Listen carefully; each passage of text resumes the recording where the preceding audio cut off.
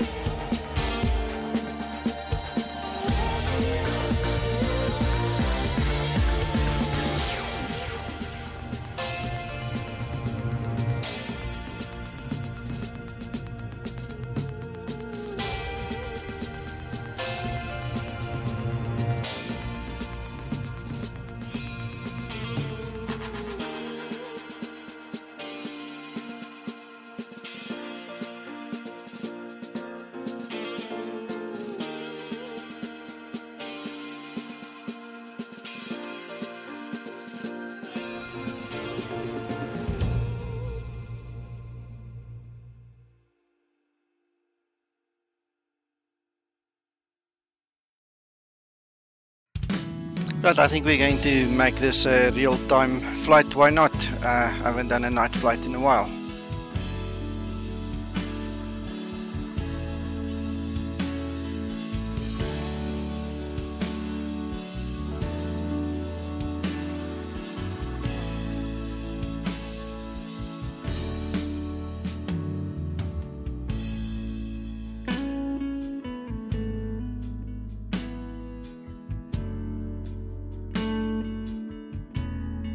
Don't watch this channel. You had me going there with your name for a second. I just want to greet you guys quickly. Don't watch this channel. Thanks for joining. Bradley, John, Santa Cruz, Mark, and Norman, Norsmeister. Not sure how to pronounce your name, but it's Yaku. So welcome, Yaku, and then Doug. Welcome.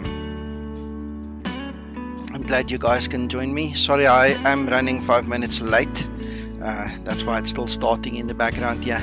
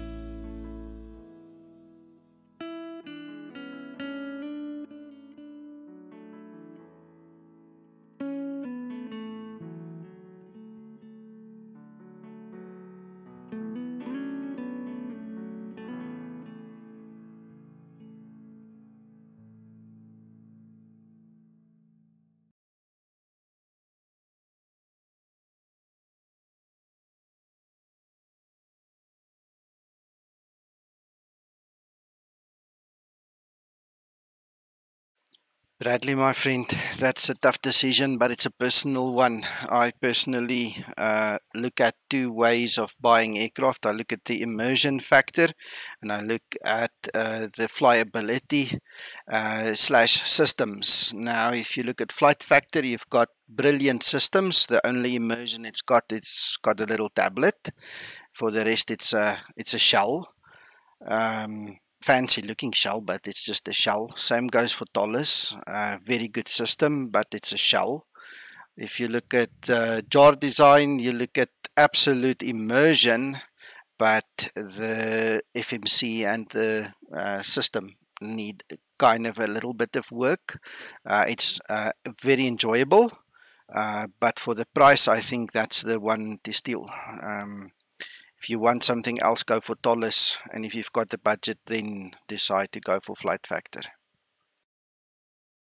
But that's not what we are here for, guys. That was just an answer to a question. I hope you guys have all seen my new checklist. For those of you that haven't seen the new checklist, if you look below the video in the description, you will find a link to my hangar. There's a lot of goodies in there. One of the folders is called Zibo, and inside of that one is a Zibo checklist folder. So there are two versions of the checklist, a basic one and an advanced one. I will more than likely use the basic one for normal streaming just to save time, but if you guys obviously want to the whole immersion thing, which we're going to do today, then you go for the advanced one because it shows a lot more and gives a lot more. But that's where you can grab it if you haven't received it yet.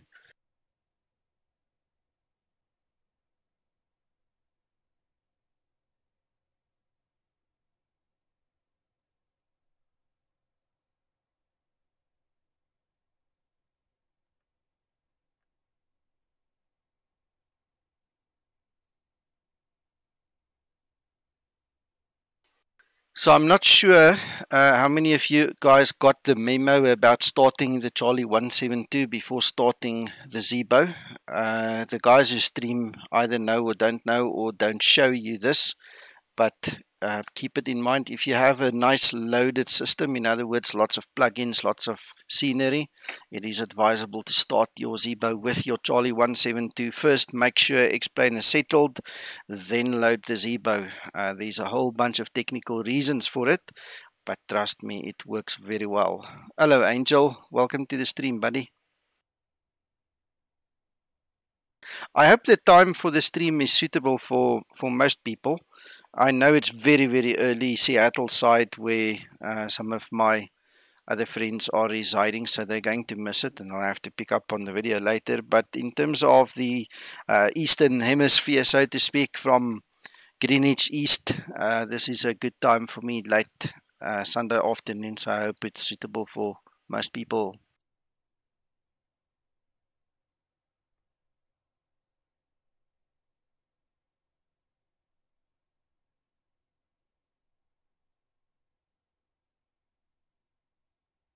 Guys, and as always, if you are new here, I know, Doug, you said you're new here. Feel free to comment. Feel free to ask questions. Jump in there. If I don't see something immediately, just give me a second. I'll catch up somewhere. My hands are going to be slightly full, and I'm going to speak a lot. So just jump in, shout, in text there. Stop. Give me a chance. I want to ask something or whatever. Feel free. I'm not a weird kind of guy. I'll give you a chance if I see it, and then we can discuss whatever is the question.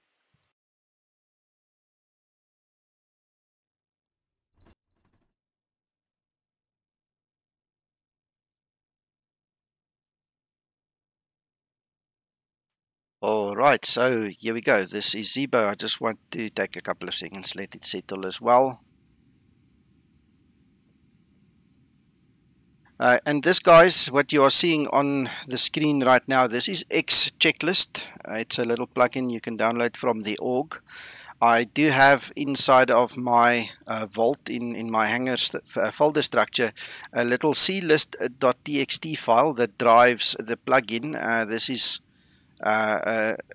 interactive audio checklist. The checklist that I'm going to show you today that's in PDF format will be, and in fact it has been started already. A friend of mine, David Oosthuizen, is busy programming it for us. So we're going to use or going to supply you guys with this as well. And if you guys don't know what it is, I'll just quickly show you before we get going with the big show. Flight plan created.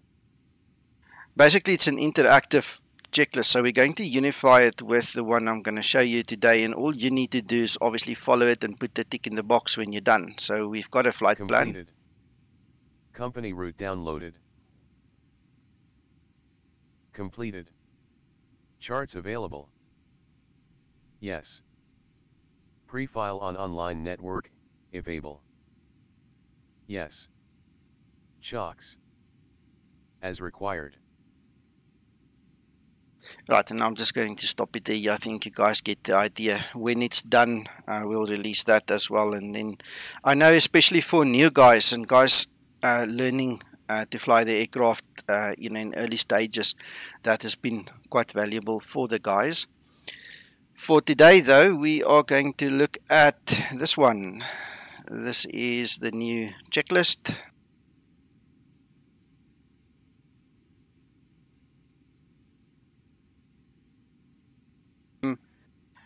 Right, it's full screen now for me on my small 7-inch, and it should be readable for you guys. Please tell me if it's in the way, I'll move it for you, but I think it's kind of neat, and I'll try keep my eye out that it doesn't interfere with us. Hello Andile, welcome to the stream.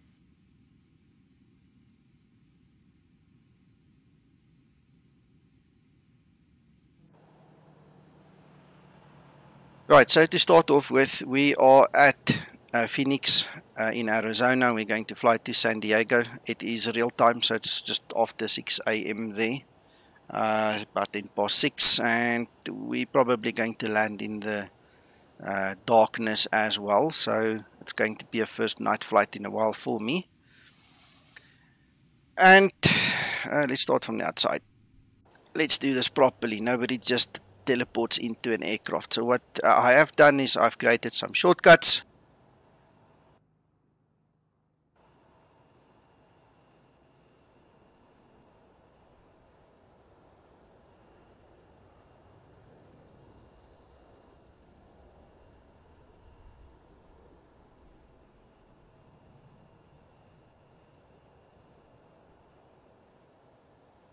And I'm trying to open the doors with them quickly. I see I made a mistake somewhere in one of these shortcuts.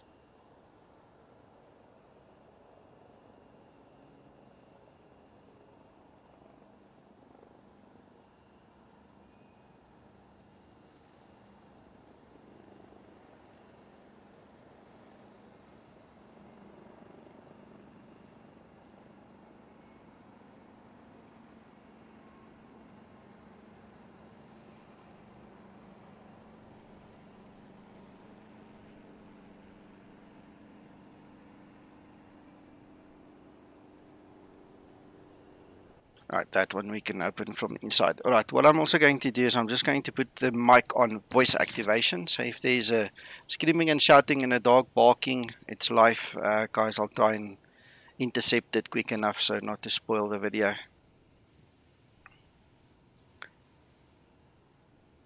For all intents and purposes, we have literally just come into our aircraft here. Nothing else has happened. We know we've got the flight plan, we've got the company route downloaded, we've got the charts available.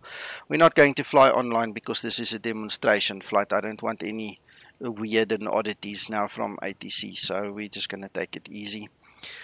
Alright, by default I've set up my Zibo to actually have chocks in place when I spawn. There's a couple of reasons for it. I am using the Jar Design ground handling services, which you'll see shortly, and also I want the auto gates to actually respond appropriately. There's nothing worse than spawning and then having to respawn and try and get those gates in place. So chocks are in place and I've got my parking brake up. Then what we're going to do is we're just going to enable our ground power unit. I'm not sure if you guys are aware, so please forgive me if this is repetitive, but I have said it a few times already. X-Plane includes a very nice flashlight or torch or whatever you guys call it from the corner of the earth that you are from. I have mapped mine to the letter F, so when I press F my mouse turns into a little flashlight for me and I can actually find what I'm looking for. So first order of business is battery, that needs to come on. Then we need to make sure our standby generators and drive disconnects are all guarded, and we also need to make sure that our bus transfer is guarded before we enable ground power. So at this point in time we can ditch the flashlight and get our ambience correct. Set it up quickly. Right, doors are open and we can start our loading and cleaning. The whole checklist has been designed in such a way that it will trigger the Fmod at certain places and do certain things. You'll see me switch things on and off at certain intervals to let you hear certain other things. Some of it is movable to a different location, and some of it is going to just spoil the whole immersion if you don't do it in the right order. So you can have a look and see when it activates or does not need to activate. So we're going to start our services, and then we're going to call the ground services.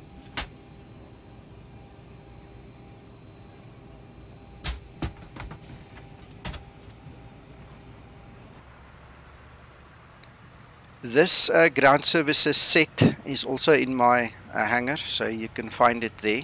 The one thing that is in the way is that little cart with the stairs, which we can just take away. Obviously I need it at airports where there are no jetways or parkings where we need it, so we can just come in here and hide that little one, and then we are back to normal, so packs can come in and get settled.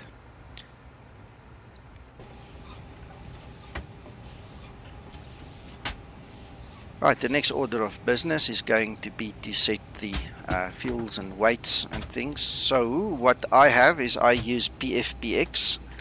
Twixter and myself designed the profile that I'm using there. He was gracious enough to give me the inside information and everything else that has actually been published on the official forum, and we were able then to come up with our parameters and get it to actually work the way it should work. So I'm going to try and turn the screen a little bit and show you guys.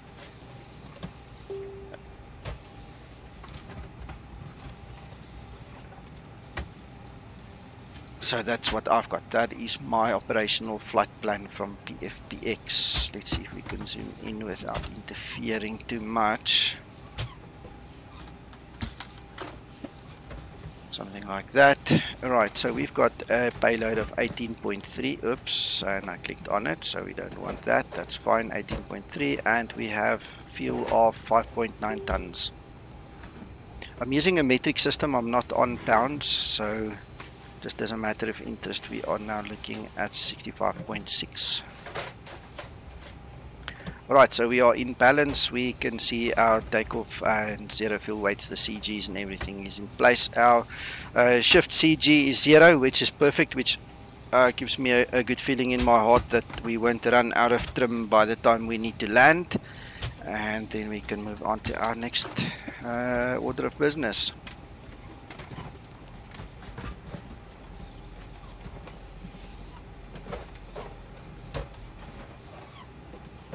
So to get a little bit more immersion, one of the things I did was obviously take, in fact more than one, but I specifically looked at the Delta Airways operations manual, and so a lot of the real world things that come in here straight out of that manual, so don't shoot the messenger. And also please note some of the things are out of sequence.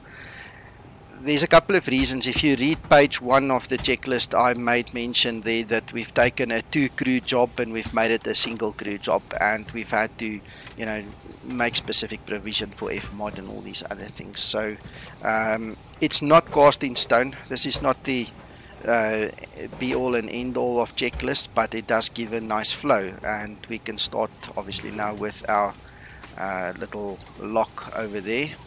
So we know in the middle is auto. I can actually zoom in and show you guys a little bit better. We can move it any which way. It's spring loaded, it's gonna come back to auto. Alright, then to find our ELT switch and the little light, we have to go to the overhead, and this is the ELT light. That is our switch. We can see it's guarded and we are happy with that. Then not all the emergency equipment is modeled in the Zibo yet, so that's our oxygen mask. This is our protective breathing equipment, one of them, and there is the next one, so that's in place. We also have a fire extinguisher in place, but we do not have life vests drawn or an axe, so I can't show you guys that. It's just, you know, nice to have. Then something I bet a lot of guys don't know about, but let me show you, is we actually have the manual gear extension flap over here. this is the manual gear extension levers. So we need to make sure that this is closed.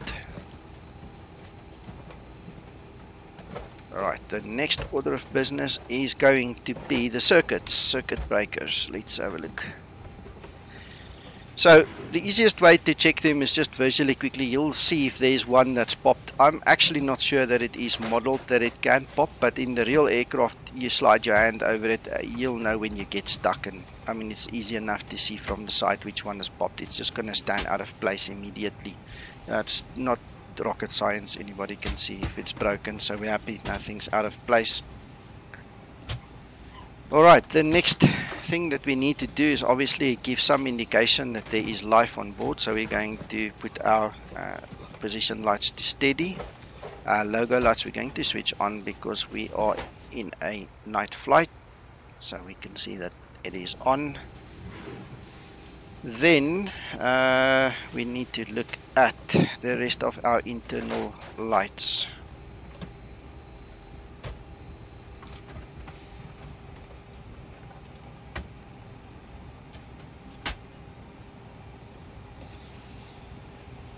I'm making use of X camera, so if you see me jumping around in all the views here, you'll see I can move around quite quickly. This is all X camera, by the way.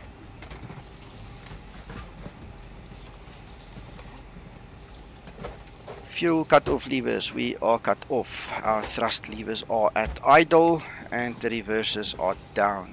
And then the landing gear is down. Speed brake is down and flaps are up. 100% correct.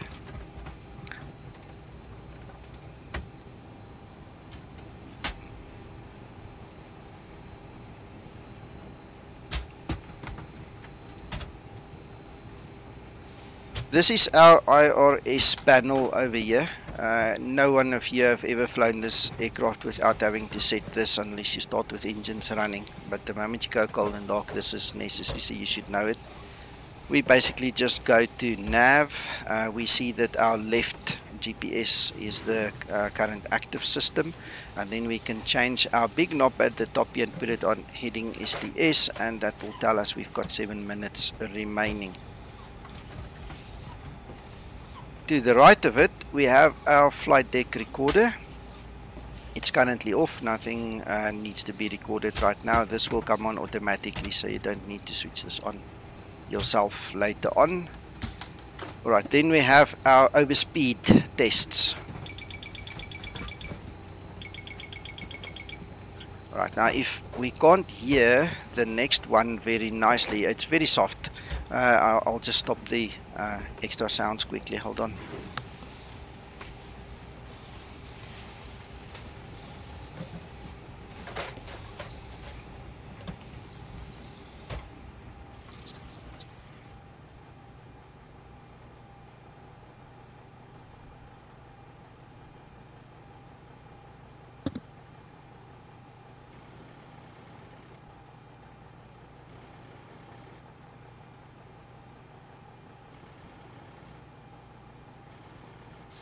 Okay, I can actually hear it, but it is very faint. I think if the ground power unit was off, we would have heard it. It sounds like a muffled machine gun going off. So anyway, I hope you guys can hear it better than me on the stream. But with all the noise here, it's difficult.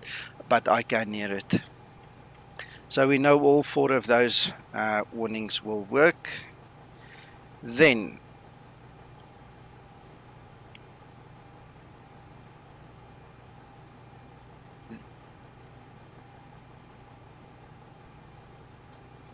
these 2 lights, this one, number 1 and number 2, those are the reverser lights. Clearly they are off, so there is no fault on our reversers.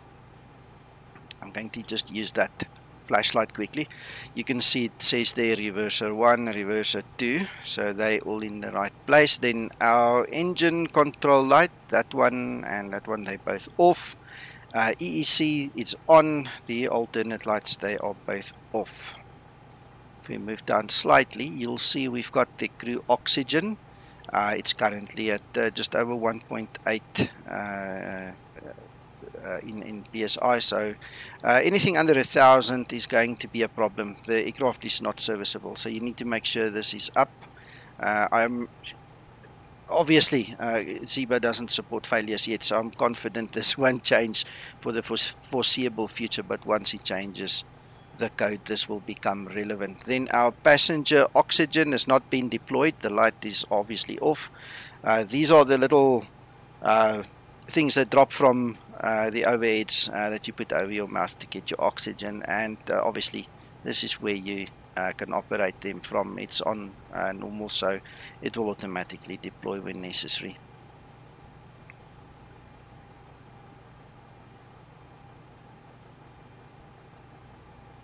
The next thing that we are looking at will be the gear lights. So we've got 3 green over here, which means our lights are locked in place. We are happy with that. Then we can move over and actually check the GPS. I'll zoom in there as well and get the flashlight. That's the GPS error light. If the GPSs are not working, that thing will illuminate. It will tell you, listen, there's a problem, and you don't have to worry. If it's off like this, if it's extinguished. Then this is our flaps indicator lights, and we can test them simply by clicking the test button. So we can see all the LEDs there are working, and if we use the flaps later on, we don't have to guess whether something is in the right place. If the light does not come on, we know there's a problem.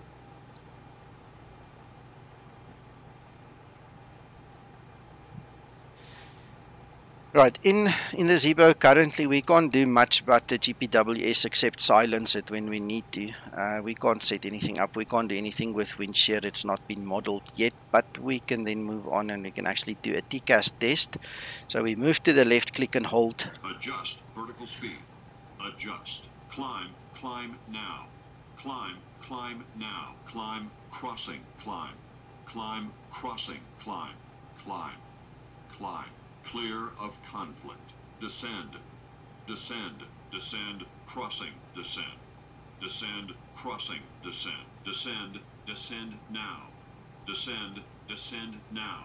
Just takes a minute or so. Increase climb. Increase descent. Increase descent. Maintain vertical speed. Maintain. Maintain vertical speed. Crossing. Maintain. Monitor vertical speed. TCAS test. Pass. Alright, so after all that, we can now do our fire tests. I'm going to change my view quickly again and just give you a better view. First thing that I'm going to test is just see normal operation, that we get our green lights on. Number 1, number 2, and also the APU, so we don't have any errors pointing at us at this point in time. Then we're going to test our operation for the APU, and we see no problem. Those lights will extinguish. If they remained on, we know we have a problem. And the next one is the fire test. Alright, so we know they are all working, and then we need to do the cargo fire test as well. And all the lights extinguish as expected. So we are happy. I've made provision for the online flyers as well. As you can see, I also fly on Iveo and Vatsum and other networks, so I just thought that will be a nice addition. And then we can move on to our CDU setup on the FMC. This is pretty straightforward. If you've done one Boeing, you've obviously done most of them. There's not much difference, and this is exactly the same as the previous or the basic checklist. So we'll be flying from Phoenix today. We're going to use GPS left because that's the active system. We can obviously use right. It's also active, but it's not the primary, so we're sticking to primary. And that should take us to the route page. We need to put origin first and then destination second.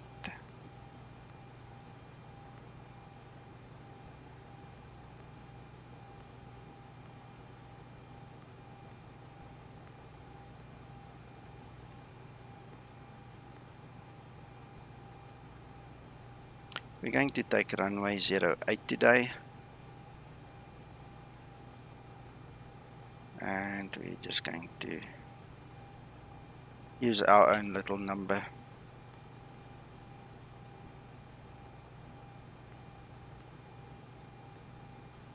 Activate and execute. Guys, always remember to execute. The moment you have an execution light active on a page, don't move off the page until you've executed.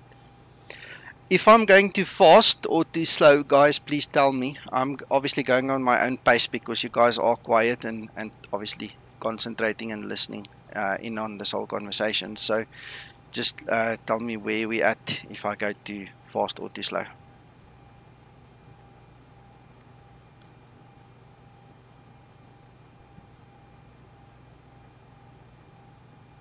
So from the pre-flight planning, what I was able to see from my OFP is we're going to use runway 08. We are then going to use, what is this one called? This is the Firebird, I think it's what the abbreviation is, Firebird 1 RNAV departure.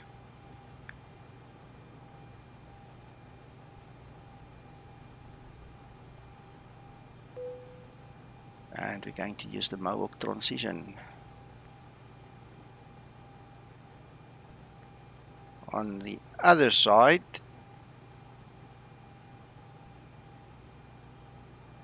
we still need to set this one up. I didn't have time to do this. So we're looking for the lucky T1. That is our arrival. And we are going to use runway 27. Right, that will be an RNAV one. So let's have a look, see.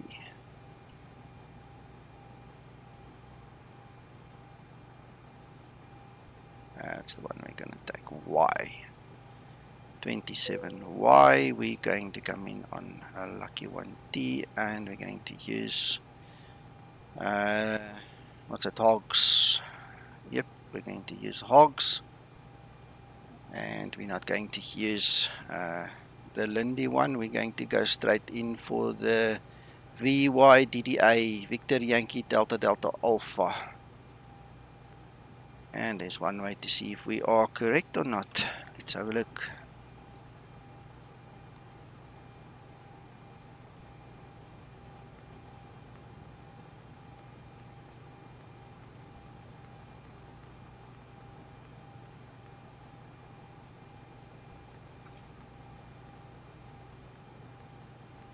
That's going to be a nice almost straight in again.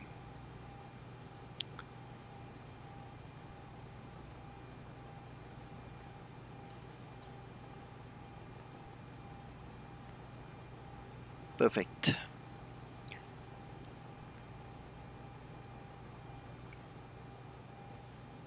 Okay, so let me quickly get some of the stuff off the page here. I'm going to scroll through the checklist to get to the other side past the CDU, and then I will put it back on the screen shortly so you guys can at least see what I'm doing.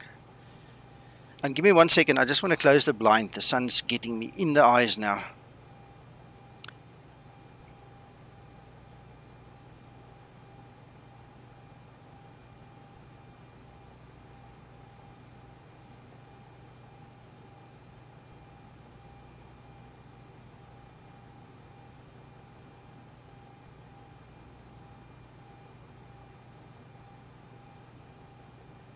Right, I'm back. So the OFB, let me get that back on the screen there. It tells us we need 2.8 tons of fuel. The reserve will be 1.1, which is the normal ICAO 30-minute reserve. If it was a longer flight, I usually put a little bit more because 30 minutes is not much if you've got a vast area to cover. This aircraft is quite thirsty.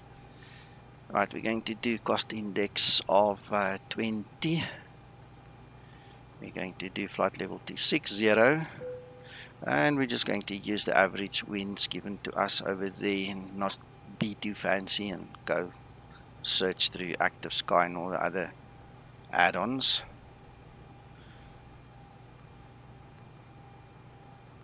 And our deviation is going to be +1, so we will enter that over there. Alright, transition altitude in the US always 18,000 and execute. Then our performance data tells us we're going to do a takeoff 2. I don't want to waste time because it's a short flight, so I'll make sure I climb at normal speed, and it's telling us we need to use 32 degrees for the SL temperature. Alright, at this point in time we're at 4 degrees. There is absolutely no clouds, no moisture, nothing in this air, so I'm not going to worry about special takeoffs or the engine anti-ice, because there just is no visible moisture. We will keep an eye on that. The moment we start to see the nose pitch up and the engines rev up a little bit, that's usually our indicator that we need to make a plan and get those things in place.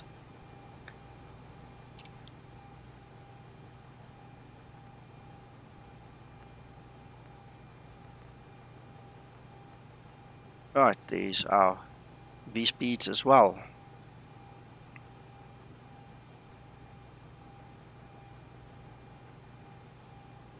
Right, we don't have any noise abatement procedures or anything that I'm going to bother with at this point in time, so we'll skip that little red remark over there.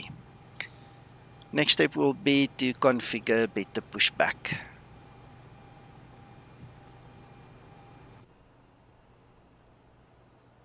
I just need to orientate myself quickly here on the map to see which way to go.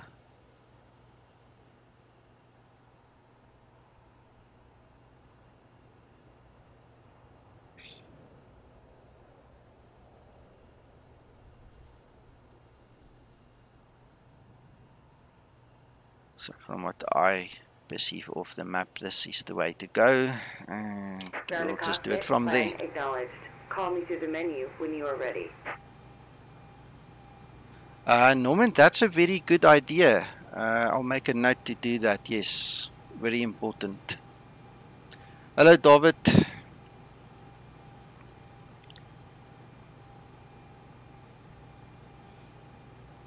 Right, so this takes us to our overhead again and our flight control panel. I will go and zoom in again.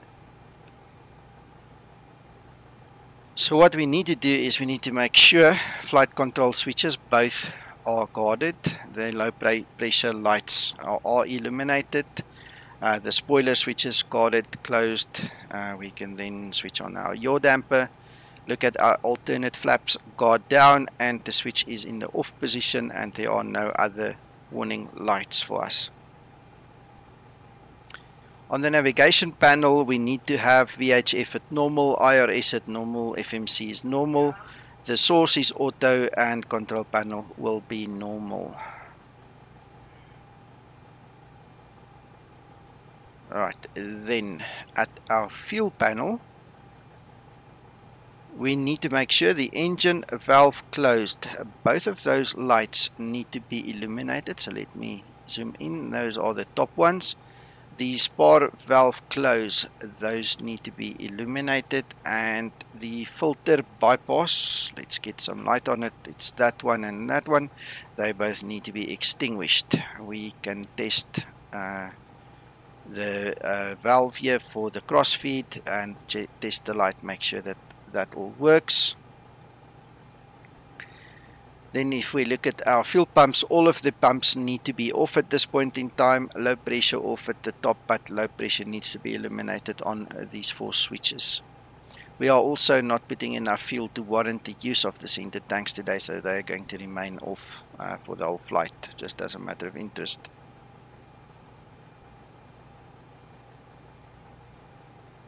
Right, now the way this overhead panel works, I forgot to mention this. It always works from the top down and from left to right. So now that we're at the bottom, we need to move over 1 column and then start at the top again. So I'm going to now zoom in, and we're going to quickly move this list up a bit. So on the electrical panel, come on, show us. The cabin utilities, in-flight entertainment and passenger seats need to be on.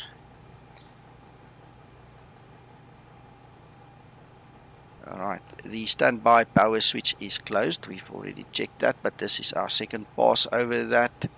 Alright, then we need to verify that the standby power light is extinguished, and we need to look at a couple of other things there. I'm just going to move down a little bit.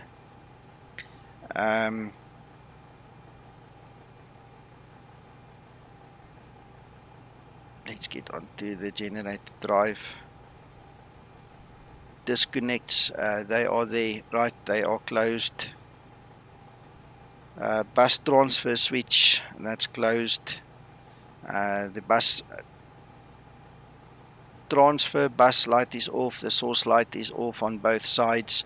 APU is not started. The gen bus off switch is illuminated both sides, and then we can move over again. Right, the lavatory light, there's no smoke signal there, everything is okay.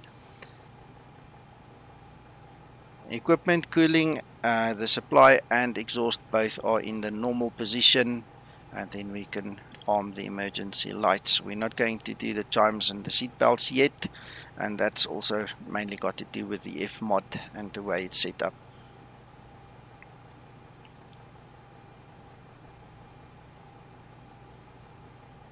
So the next thing will be the wipers. They are both in the parked position.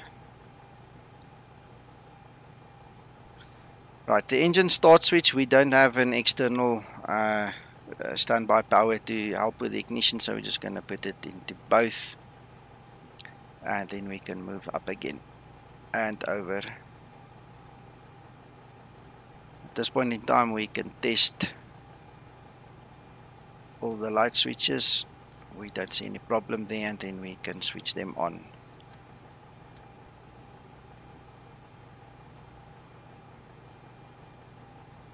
So the wing and the engine anti-ice remains off for now. We need to make sure that the engine generators, the engine hydraulic pumps are off, and that the electrical hydraulic pumps are off. We can see that our doors are open, and we're going to have to check them later on to see that they are all closed when we get there.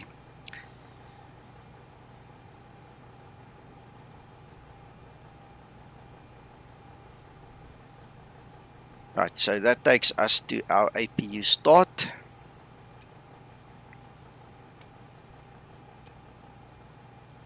Right, there's an interesting story I want to share with you again on this stream. Some of you have heard it before.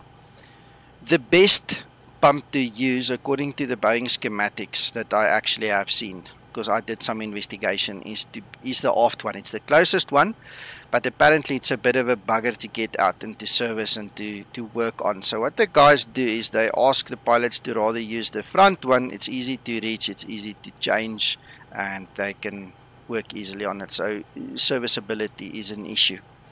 I don't care which one you use, you can use either one of them. In fact, as far as I know, there is a little DC pump on the APU. You don't even need them. This is just an assistance, so that is much of a muchness for me.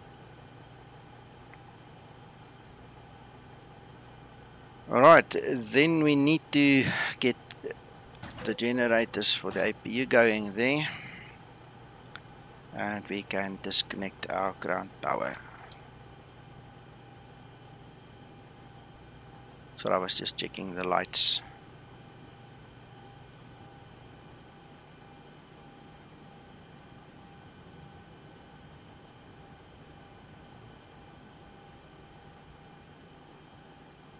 Alright, okay, so the next section is going to be the pressurization section, and that's where we stopped off earlier. We need to make sure that our differential pressure and the cabin pressure are, well, the one is going to be on 0 and the other one is going to be almost on field elevation, supposed to be. I don't see that the cabin is actually on field elevation because we're standing at 1,135 foot. But that's times 1,000, right? So it could be. I see the little little finger is actually pointing out a little bit, so that seems to be fine. We need to have the climb rate at 0, so it shouldn't be climbing or descending, so that's 100% fine. And that actually, if we multiply the number 1 with 1000, that's about right. That is 100% in field elevation, so that's fine. Yeah, I had myself second guessing myself there quickly. Right, and then true to the rule, we're going to move over and up again. There is no high altitude landing switch that I can find in the aircraft, so it's supposed to be somewhere there. We're skipping that. I didn't put it into the checklist either because it's pointless. Then what we need to do is the air temperature source selector can be anywhere. That's just going to change whatever reading you get over there. We can leave that, but we can switch on the trim air. For those of you that don't know what trim air does, it basically circulates the air. So you don't have one patch in the aircraft that's got fresh air and the other one has got some moldy air, and it's not nice to breathe. So that thing will circulate the air for us. Alright, our lights are extinguished and the temperature knobs are set to auto. So we can move on. Our recirculation fans, they both on auto, and then we can set our packs to auto as well. Our isolation valve is open. What I do then is I close the valves for the engines. It's not running, there's no airflow coming from them anyway, and then I switch on the APU bleed. Now, an interesting thing, again for guys that don't know this, if you have your engines running and the APU bleed is on, you run the risk of back pressure and you run the risk of blowing that APU.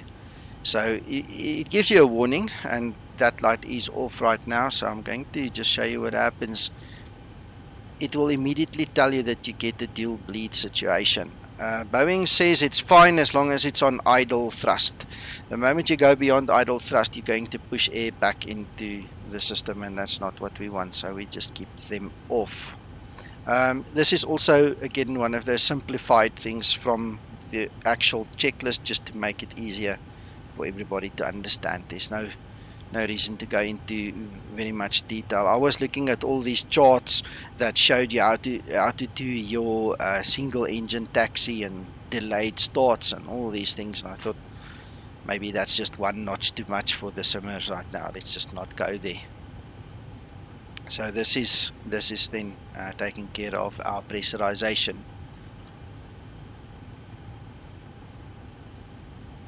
Right, our flight altitude needs to be set, so that's 26,000.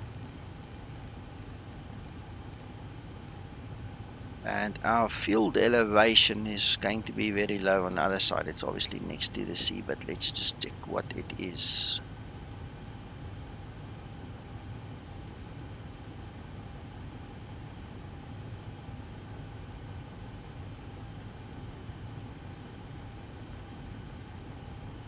$17 feet. Alright, so we're going to keep that at 0.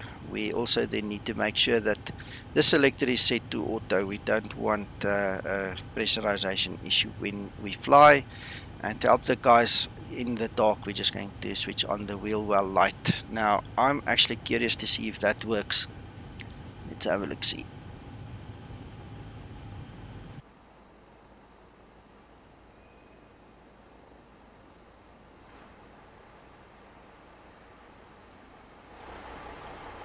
That's too far.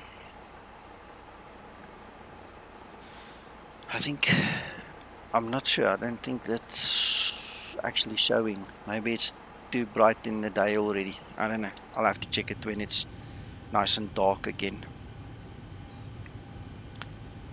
Alright, so the next thing that we're going to do is look at our MCP. We need to arm the auto throttle. Then we're going to do the captain's flight director and the first officer's flight director. We are then going to set our V speed at V2, which is 146.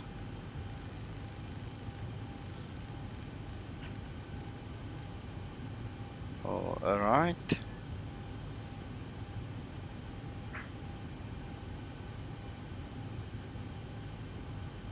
Our runway heading, let's quickly look what that would be. That will be 78. Alright. And then we can set our altitude.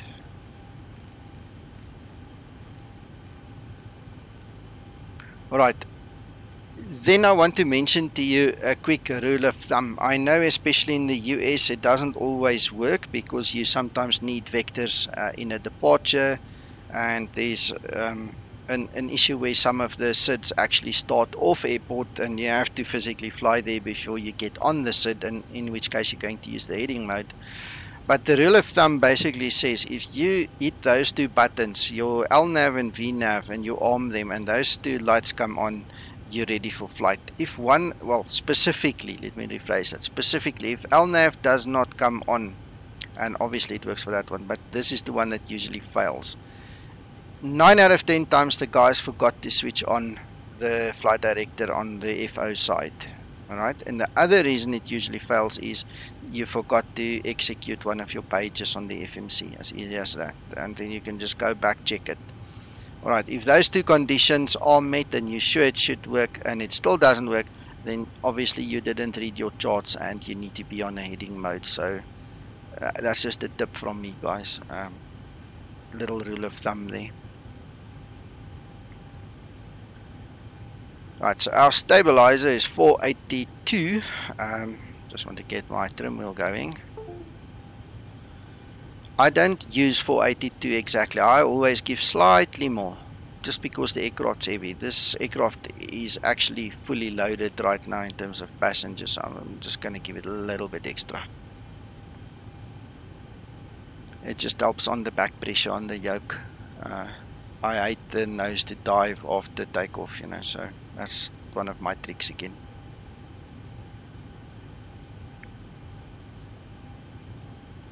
Right, then we're going to look at our front panel. We're going to enable RTO, so the rejected takeoff is in place.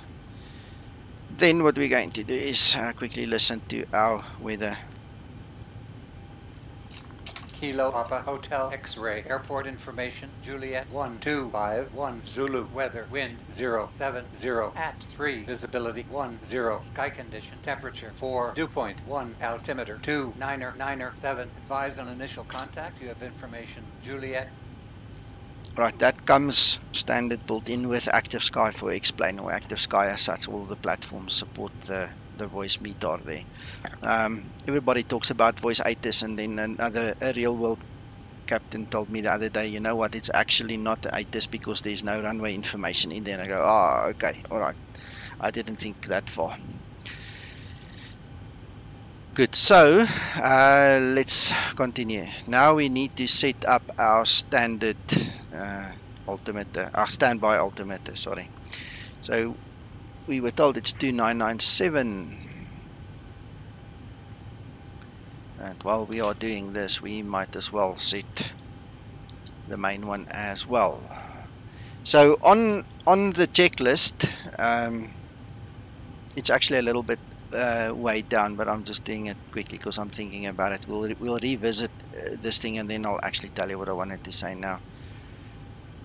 Alright, so our RMI we can set to VOR or ADF. I'm not going to bother with too much detail on that. That's up to you if you want to set up your VOR and, you know, get ready for all kinds of funny things that might happen after takeoff. We're going to keep it more simple than that today. Right, then going to our EFIS panel.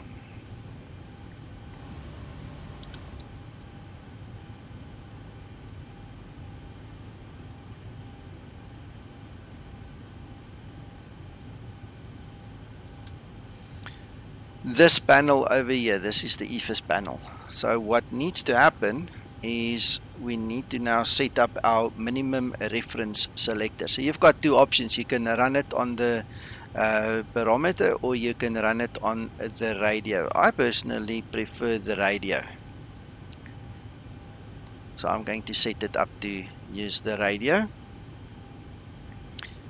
Flight path vector, I don't see that it actually activates, but I do want to say I think I saw it the other day. in flight. I'll just try and remember to look for it again. I did press it. That's up to you if you want to use it. If you're going to fly in Russia or one of these countries where you need meters instead of feet, you simply click that button, and on your display you can already see the meters. So that's just what that one does. Alright, I'm just going to leave it for the show. Alright, this is what I wanted to mention to you guys. I've mentioned here altimeter and units of measure. I see somebody this morning contacted me. Don't know if you're on stream here with me. And he was telling me I missed this. I didn't miss it. In America, the guys talk about altimeter, and this being taken from the Delta operations manual. This is what they called it, altimeter. So this is where you have to set your QNH basically if you're not in America, and where you set your altimeter. So we've done the 2997, and obviously we are using inches because we are in America. Alright, so then what we need to do is we need to set the mode control back to map, or if you want to fly in another mode, this is where you set this. It's then up to you whether you're going to fly in the map mode, if you're going to use the compass, if you're going to use the vertical profile. This is all up to you how you fly. I fly like this. This is just how I was taught and how I've been doing it for 10 years now. So I'm not going to change that very soon. Alright, our range selector, depending on the situation, I'll just leave it at 10. Seems fine for this flight. And then the traffic switch, you can switch on the TCAS display if you like it or not. If you click the button, I obviously like to see some action if there are any traffic in the area. Right, then for the map switches, what I find useful is just the data. If I click on data, you'll see on the navigational display it gives us the ETA for a specific waypoint. It's just a nice to have for me. Right, and then it brings us to some more testing. So if we hit the test button for the lights over there, you'll see that every light bulb in this aircraft is now lit up, and you can actually now visually check and see if you have any problems, if you have any bulbs that are not illuminated that need service. Seems all fine to me. It's a new Zibo, so that's fine. Alright, you can also set your displays to dim on that switch. We'll just keep them on bright. Then for the autopilot and the FMC, we've got two tests. We need to go to test 1, and then we need to go to test 2. That also works perfect. And then we can set our radios. This is a very short flight. I am actually going to set up our ILS already, just to save me some time, and because I can, why not? And this is an RNAV approach, so we don't have radios to set up, and we can actually get rid of our the settings over there, the frequency. Right, so we're all on 0. We can then also set up our squawk code, whatever the ATC told us to put in there.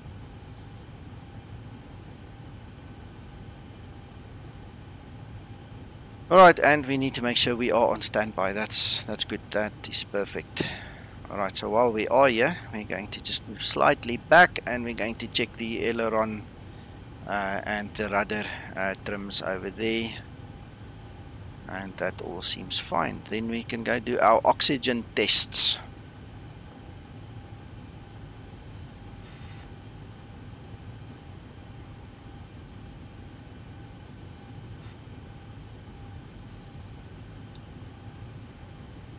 That's so soft, I have to remove my headset to actually hear it. Sorry guys. Okay, that brings us to our taxi briefing. Let's get our chart on the system here.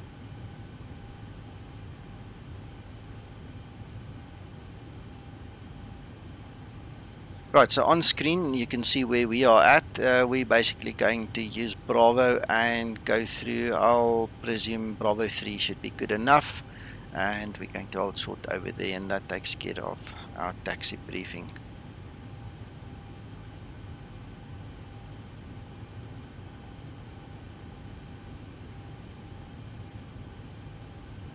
Right, so now we can cancel the ground handling. We can tell them to drive off and we'll wave them away.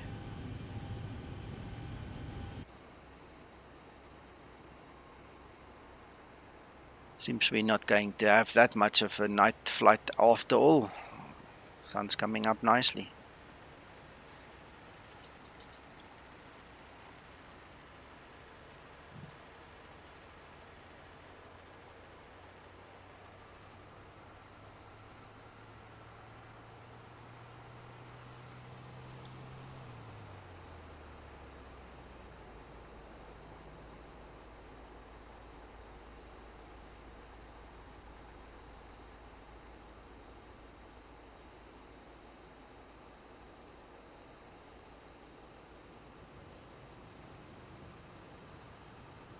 Right, all the doors are closed. Let's just make double sure.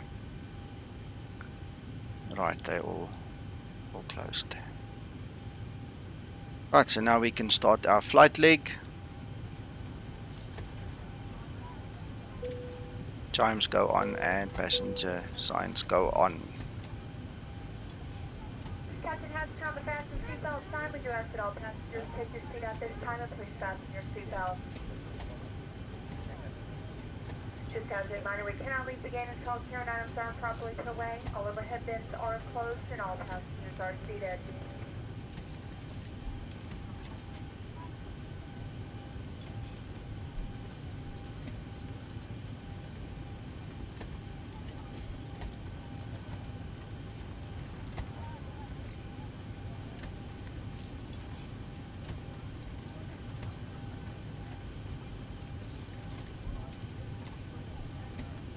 Okay, now we're just waiting.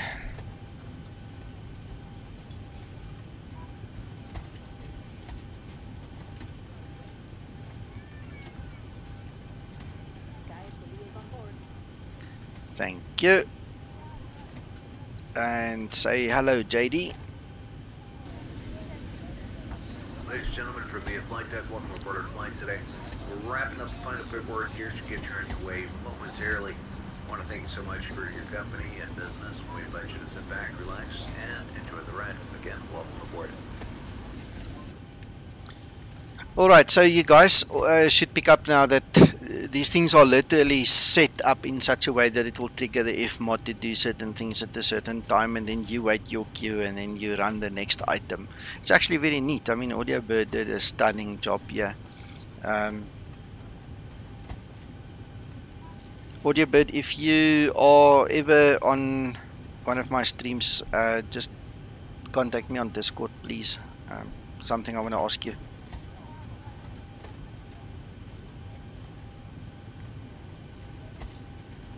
David, one of the things that is a problem for me personally when I look at the commands, like you've rightly picked up there, and Angel, I think it was Angel, you said it to me once as well, I presume you're still on screen, that you respectfully want to disagree with me when to use it.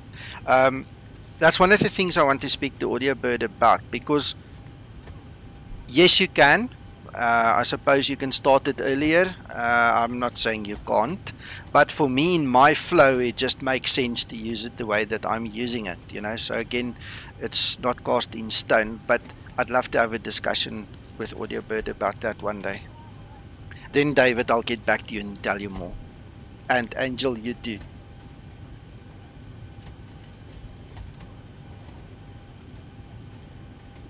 Alright, now we can call our beta push back.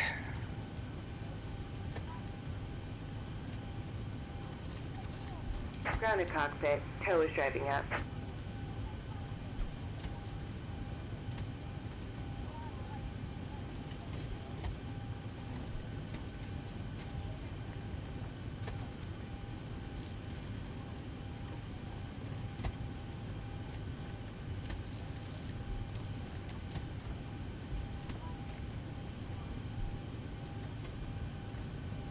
Guys, as a matter of interest, Buster, thanks for subscribing, mate. Nice to have you on board here. As a matter of interest, guys, if you go below the video and you click on show more, you'll also see that I'm using Misterx Sceneries for both airports, and the download links are there if you guys are interested in grabbing your own copies. It is down there. Okay, all doors and hatches are closed. Ready to connect. Fantastic. So that's the next queue.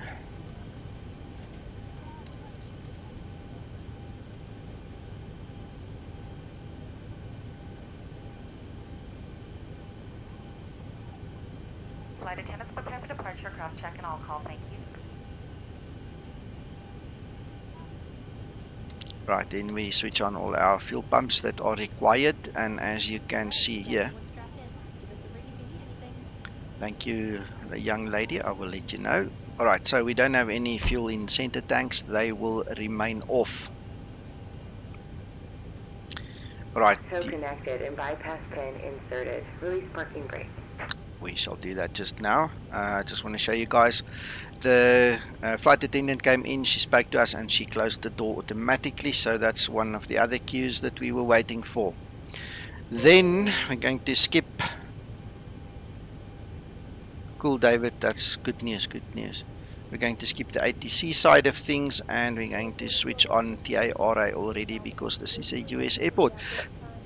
Don't shoot the messenger, guys. If this isn't right, then we change it, but this is what the Delta operations manual tells me. So we're just doing what they say until it's proven wrong. Right, we can then release our parking brake. And we can start. And you may start engines. Thank you. Then we can start the clock.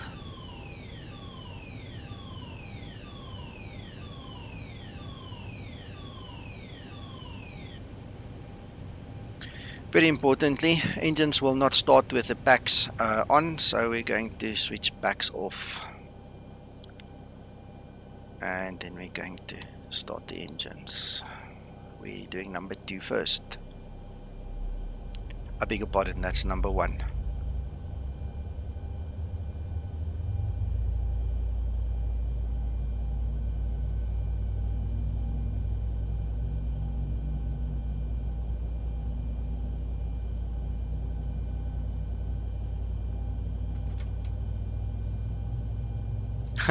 Buster, if you are on stream with me, your notification just popped up as I was hitting that throttle lever there, the fuel cutoff lever. It came up, and that's why I couldn't grab it right at 25. It's funny when computers messes around like that, it just popped up again. Right, so that is gone to auto again, and we can now do this one. Oh, there's one thing I forgot to show you guys, which I've shown the other streams already.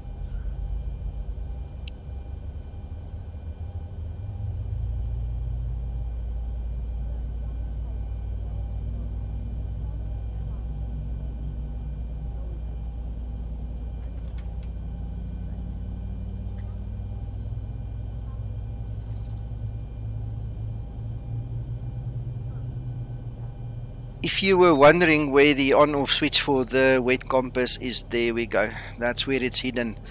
When you are sitting in the captain's seat, it actually is accessible on that little golden line there, so you can see the mouse changes and you can actually switch it on and off there, depending on which way the arrow points. As you can see, it's a bit touchy. It's not that easy. So anyway, that's just where you switch that one on. Alright, so we have 2 good ignitions, engines are stable. We can then go to the generators, switch them on and go to continuous. Operation complete. Go ahead and set the parking brake. Brakes set. Disconnecting tow. Stand by. Alright, so at this point in time, we can now actually switch on our electrical hydraulic pumps.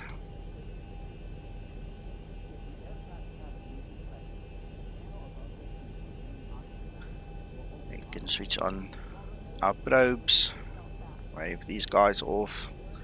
Right, so then again, not to have that back pressure, we're going to switch off the APU bleed first. We're going to then switch on engine bleeds, and in fact, sorry, wrong sequence.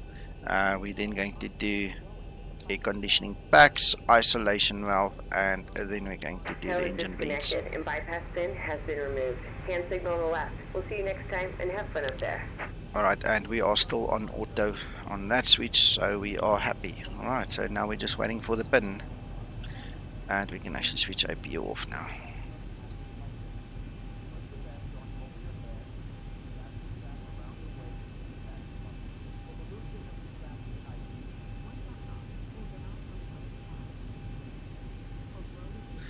Thank you.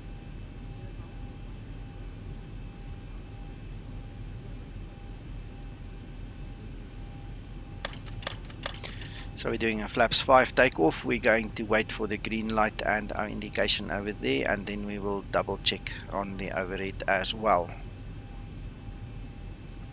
In the interim, we can go to our system page. Right, so we have flaps 5 and a green light, and on the overhead we can check it's showing us the green light as well. Flaps are in place. Right, so I obviously hide my yoke for illustration purposes. We can put it back, and then I can show you the systems page as well.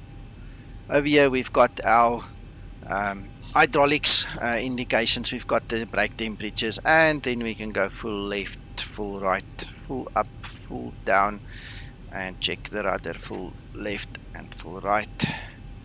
When we are done with that page, we can just take that away.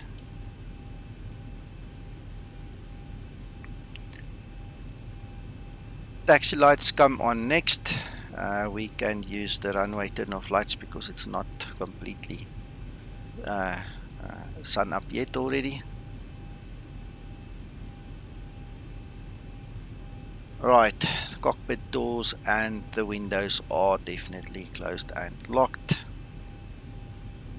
Alright, so below 10 degrees Celsius, there is no visible moisture, like I said. We can or we cannot put on the engine heaters. I'm not going to bother because there's no visible moisture. And then we release our parking brakes, get going and do a little bit of a brake test.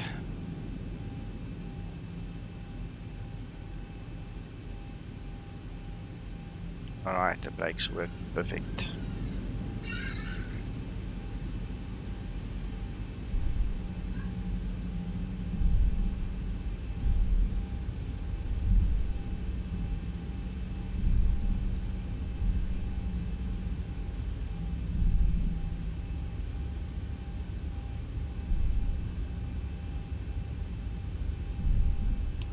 Okay guys, then in the tablet you can set up your wing light or your beacon, I think is the other option, so that you can actually give the message to the crew that they must prepare for takeoff. I've set up my wing light, so as we get closer to the runway I'm just going to flick that on and the message will go through.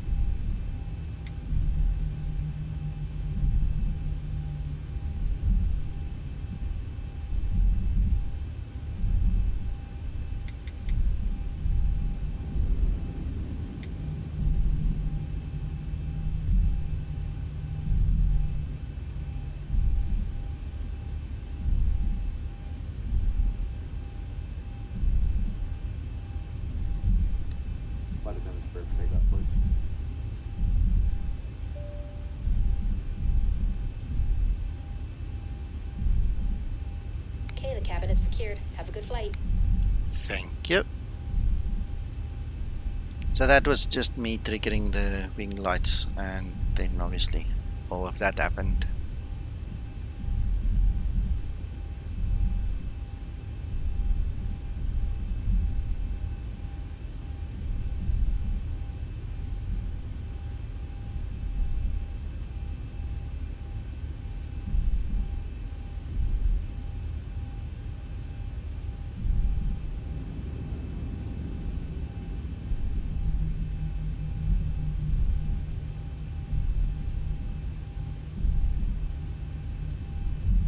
Right, our next turn off to the right will be Bravo 3 as we discussed earlier. So I'll just park there and then do the runway entry procedure.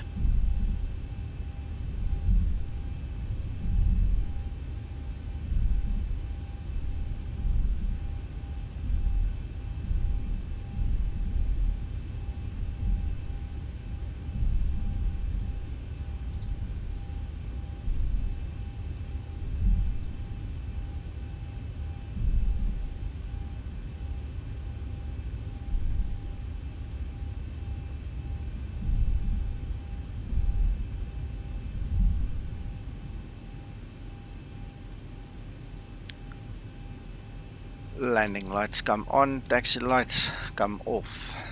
Runway turn-off lights can stay, and the position light needs to go to strobe now. Alright, we might as well switch off our logo lights. And then the weather radar needs to come on. So what I do is weather radar always comes on my side, and the terrain radar goes on the other side. And then depending on where I fly and if there are mountains, I will switch the two around, but that's my standard operations. Right, so the takeoff briefing is actually very simple. We're going to take off and follow our Firebird 1 RNAV departure as per the plan in the FMC, and we're going to use LNAV, VNAV, and enjoy the ride. Okay, so we're not doing that special takeoff when we've got all the snow and the icing and all the other stuff, so I'm skipping that, and I'm going to take this checklist off the screen until we need it for a little bit later. Let's get going, guys. I hope you're all buckled up, ready for action. Let's go fly.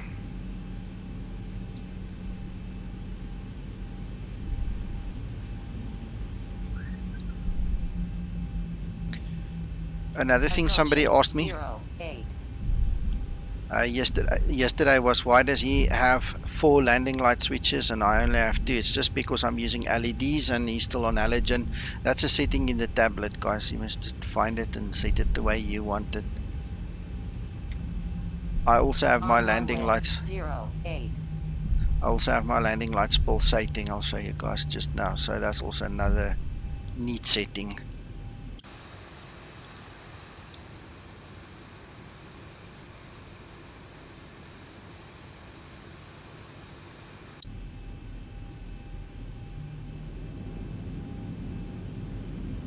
Right, so we're waiting for 40% on in1 and Toga.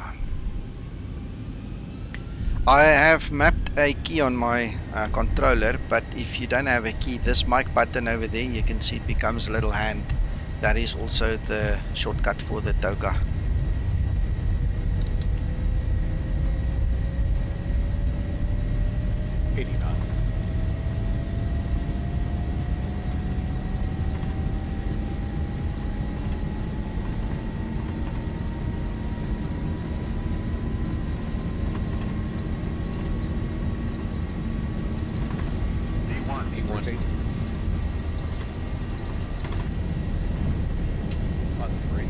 Gear up.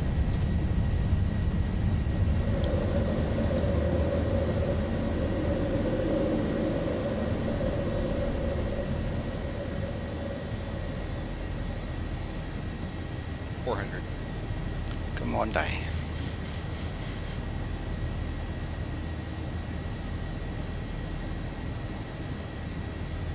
Right, so landing gear up and off, and auto brake goes to off.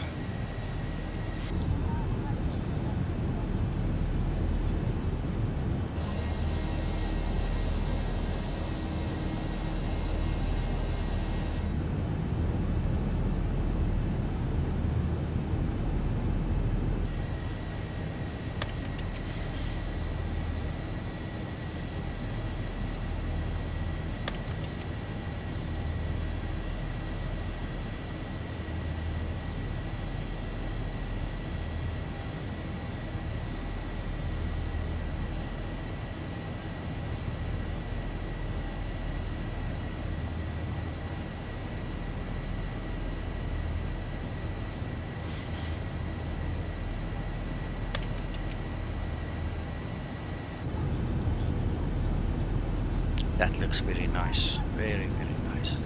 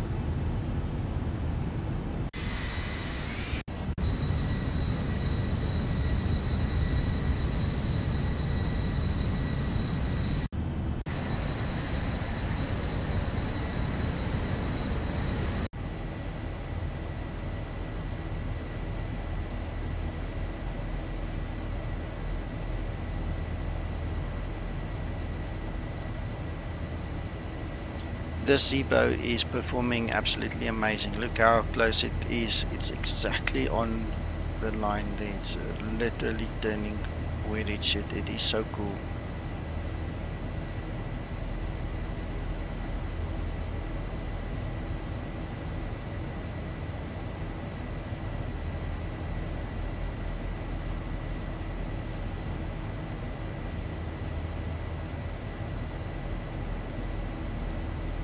Right, so passing 10,000 we can get rid of the lights and we can go to a continuous, auto ignition, not continuous. Alright, I've already switched off, I've got the wheel well lights, that's a pity. But I've already switched off my wing lights in one of those turns when I was looking on the outside. So that's all done. Happiness is.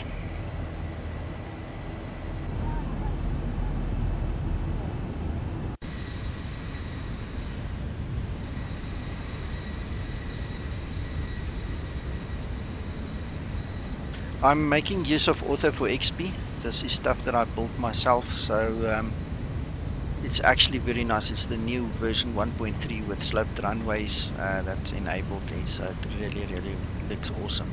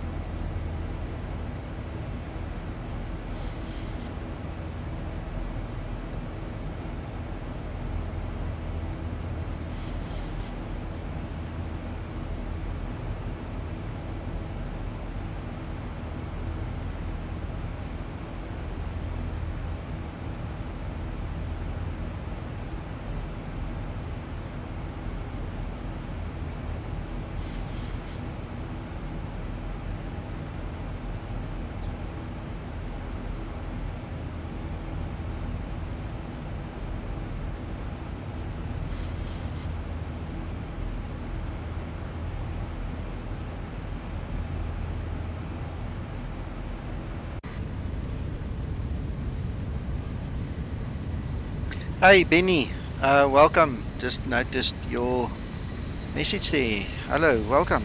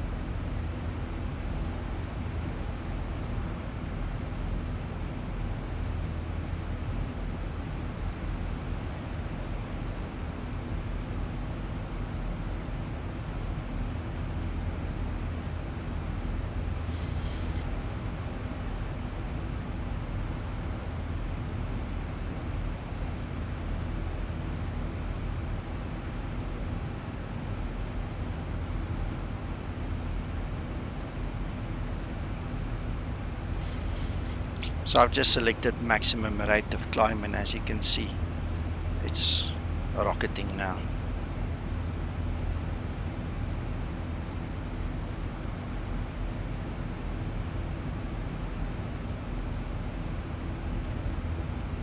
That was a huge jump.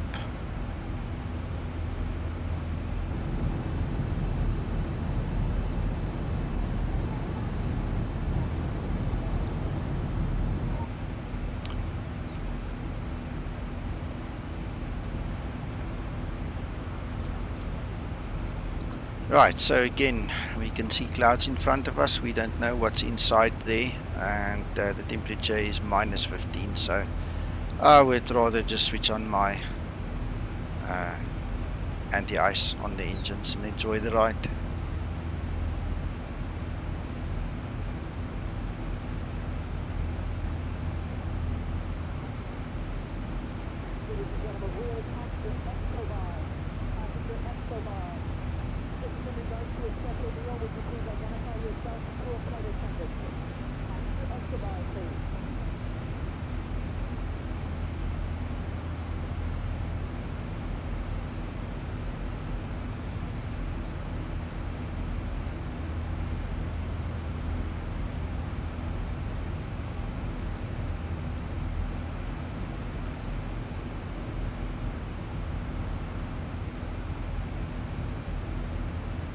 So guys, you're so quiet. What do you think?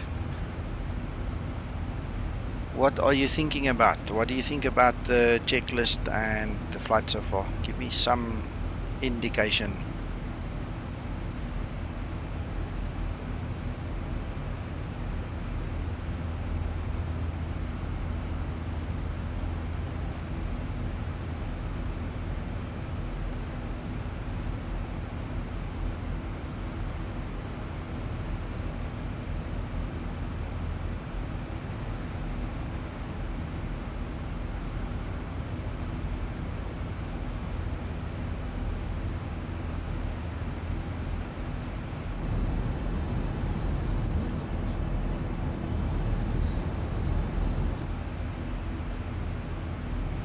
To go.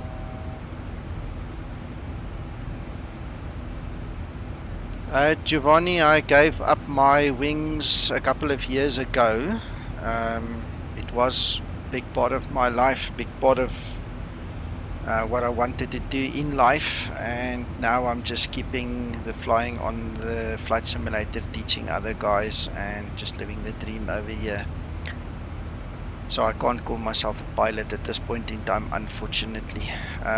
In terms of the simulation, I've been in simulation in hobby capacity as well as in work capacity, doing it for an airliner and working on and with the simulator for many years. So I've got good experience behind me, and most of my buddies are real world pilots, so we talk, and it's just, this is just my way of giving something back of my passion. Hello George.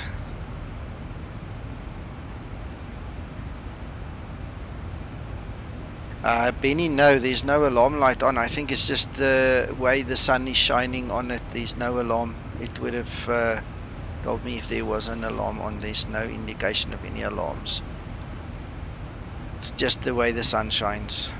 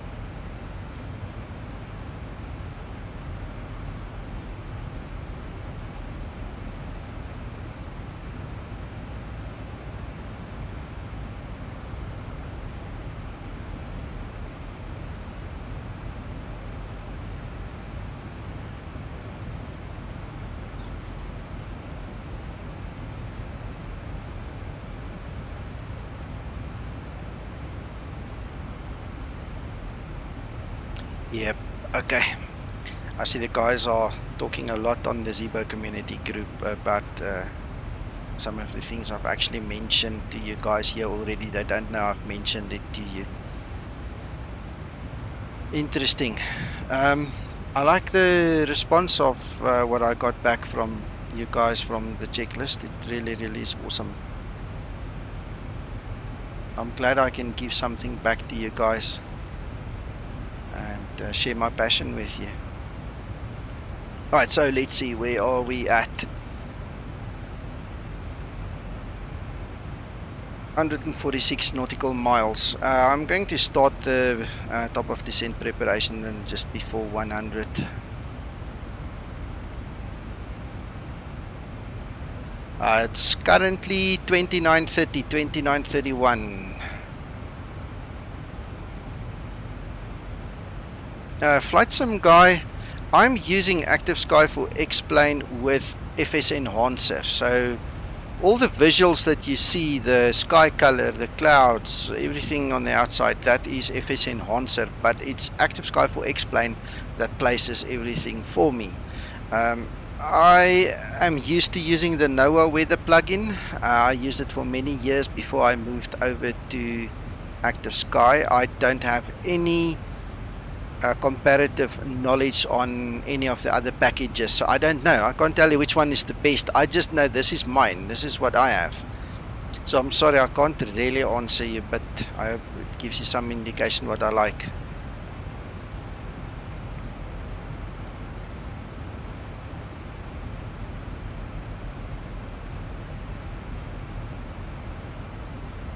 Let's get some more info on the screen here. I clean forgot to switch that on when we came into the flight.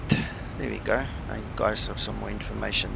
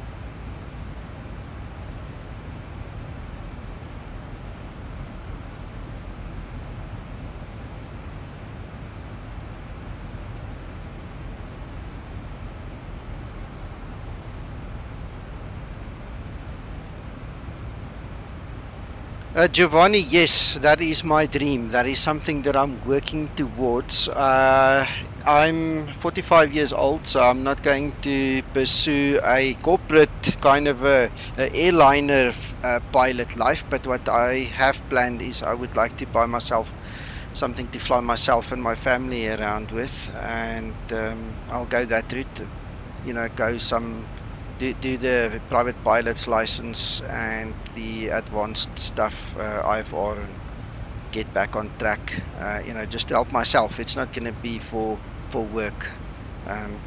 I've got a totally different career and business that I have, so that's not going to allow me to go into airliners anymore.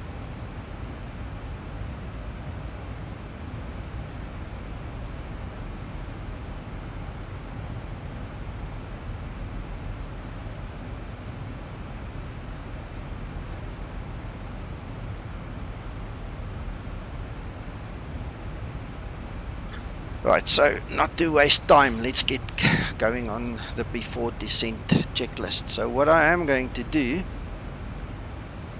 I'll definitely do that. You know, with me talking with the Zibo team and the guys almost on a daily basis now and so on, it's really rekindled the fire. I really want to go back to flying now. Thanks for the subscription, Giovanni. Much appreciated. And let's get back to my planning quickly. Don't want to get too sidetracked. Alright, so Right, our final approach point is going to be 2,000 feet. I'm going to set us up for 2,000 so long, just to make sure. And then we'll drop this down to minimums a little bit later on. It's going to be an on-nav arrival, so we're going to adjust down to minimums so that we can allow the aircraft to follow our path a bit later on. Where's this thing? I never put this back on the screen. Checklist. There we go. So we've reset our MCP.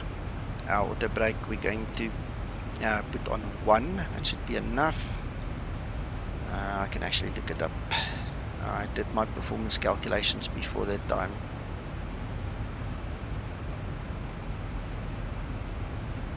Yep, 1 is nice. Okay. Then we're going to look at our V-speeds. This is also going to include a couple of new things for you if you've ever watched my streams. I've never really bothered to go into much detail here, so hold on tight. We're going to make sure our glide slope is on. We're going to use a flaps 30 manual landing. I'll do it hands on stick. It's not going to be an auto landing. Then from there on we need to go to our descent page, forecast page. Our transition level is flight level 180. Guys, if you are from the other side of the world, Europe somewhere, South Africa where I'm from, etc., we've got different transition levels. The significance of this little line is actually very big. If you fly in the UK, for instance, the transition level is flight level 060, so you have to set that up. What this does for you is on your primary flight display, I just want to get it nice in the middle somewhere. Alright, what's going to happen is once you hit your transition flight level that you've put into that line, this is going to turn yellow. It's going to give you the visual cue to go on to QNH. If you do not do it, this visual cue is going to be at the wrong place. So if you ever wondered how to do it, it comes from this line over there. So the moment we hit 18, you're going to see standard turns yellow and we need to go to our QNH, or altimeter setting in the US, as you guys say. Alright, so that's the first line. Then what we need to do is we need to work out what our ISA is. That's our deviation. So first of all, we're going to get this fancy calculator of mine. I quickly just made a spreadsheet. You can also find this in my vault. So let me get that on the screen for you guys.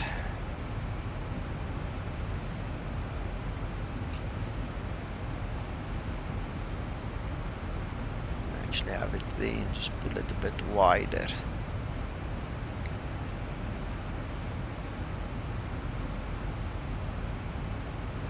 So let's quickly look. The airport elevation is currently, well, that's 17 feet. For what it's worth, we can put 17. The current temperature, where is my active sky? We can also listen to that meter, but let's just quickly scroll there.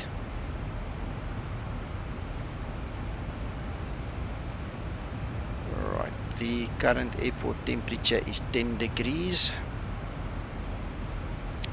and that gives us ISA deviation of -5.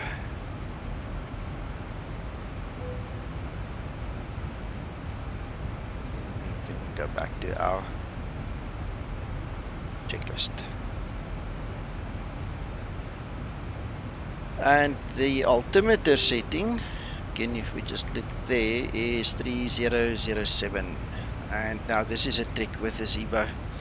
We need to come set it up here first and then convert it. This is the easiest way. So we're going to run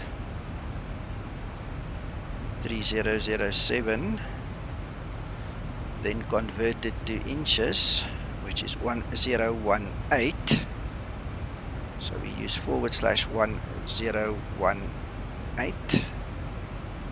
We then going to execute it, and then we go back to our OFP. We can get this information from Active Sky as well, but I've already highlighted the information. So PFPX gave this to me already. On flight level 240, we're going to have a wind of 255 at 69 on flight level 190. We're going to have 255 at 50. 50, and then on 14,000 we're going to have 257 at 37.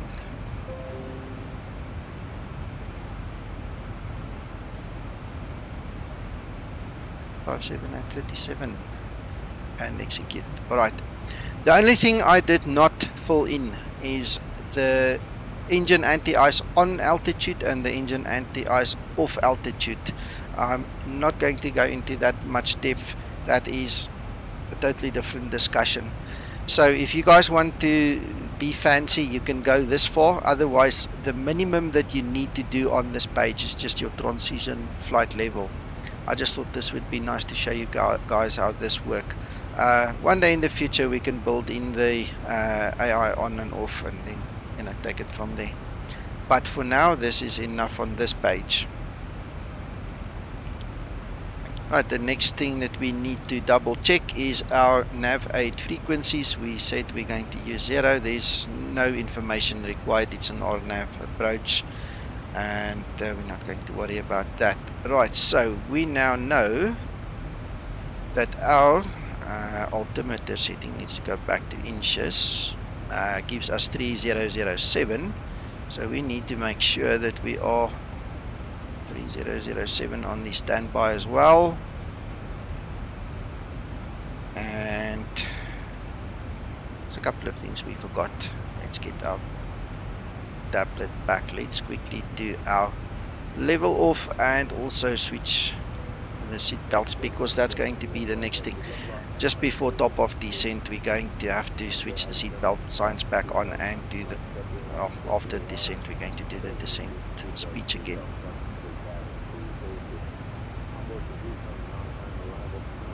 Alright, and that basically takes care of everything we need to do at this stage of the flight. We can go to our progress page and literally just follow our nose again.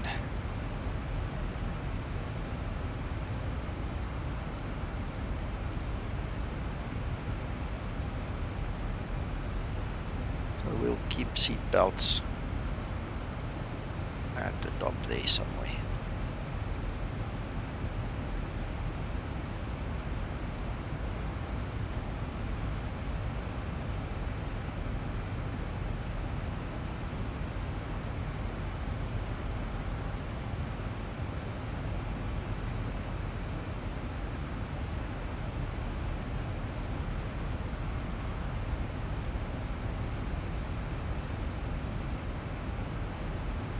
If you guys are in possession of this Active Sky, and if you haven't heard about this, let me show you something else. I can actually pick up weather from the closest weather station if I use a specific frequency, in this instance 122.005. Kilo, Lima, Golf, Foxtrot, airport information, November 1346, Zulu, weather, wind 009 at 3, visibility 10, sky clear, temperature 3, dew point -4, altimeter 2999, advise on initial contact, you have information, November. Alright, then there's something else we can do. We can actually go to the next frequency, Kilo, which is 010, and then we can listen to the destination. Kilo Sierra Alpha November, airport information Oscar 1351 Zulu, weather, wind 098 at 3, visibility 10, sky condition, few clouds at 3500, ceiling 5000, broken, temperature 10, dew point 5, altimeter 3007, advise on initial contact, you have information Oscar. And there is one thing that I've just realized I forgot to set up. I don't know how I missed that. It's obviously in there, and it's actually marked in bold, which is even a greater sin. Let me show you guys. Landing runway minimums, we need to set that up as well.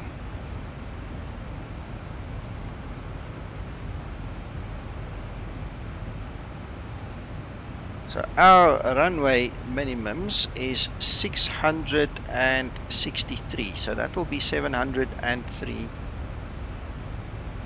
I'm lying, sorry, I'm looking in the wrong place. It's 743, so we're talking 783 if we add the famous 40 extra foot in there. And the way we set that up now is we're going to use this facility at the top. Click and hold, guys, and then it counts fast, but don't go too fast or it go too early like I did. So what did we say? 783.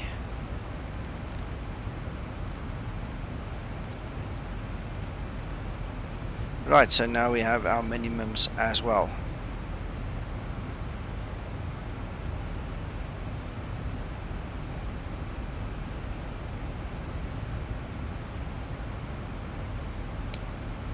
So we have our flap speed, reference speeds 147. We're going to add 5 knots to that, so we'll be coming in at 152. That's the radio minimums. What is our go around altitude? Go around altitude is 2,500. We need to remember that. I've got the chart open anyway, so we can read if we need to.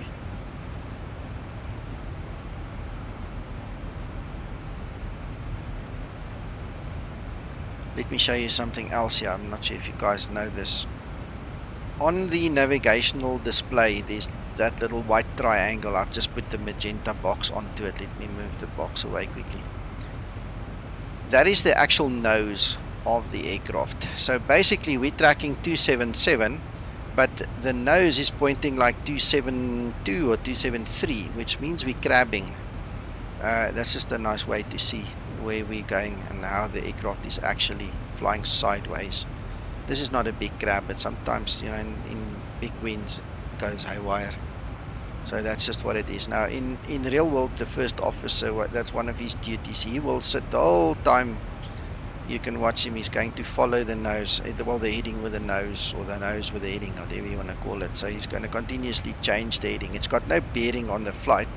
But what happens is, if for some reason he gets vectors, the last thing he wants to do is find the heading bug 180 degrees behind him. So this way he just keeps, you know, updated the whole time, and the heading bug is where he's going to know where it is.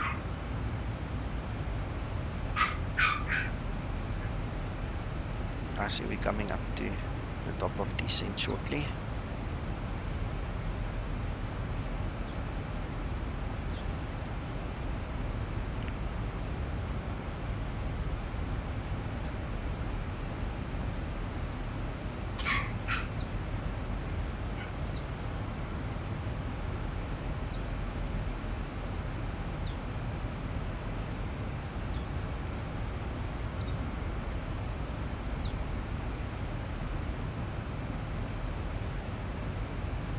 About 40 nautical miles to go.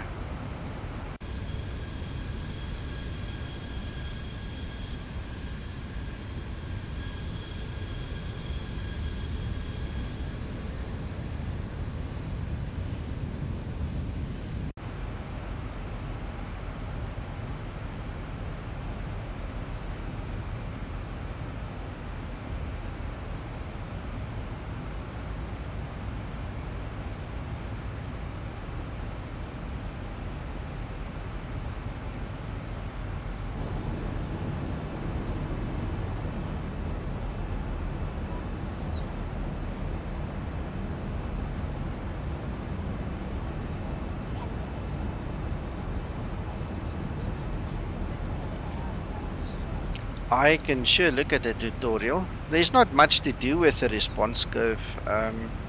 I've never had to use any other response curve other than the pre-configured templates, but we can look at that very definitely.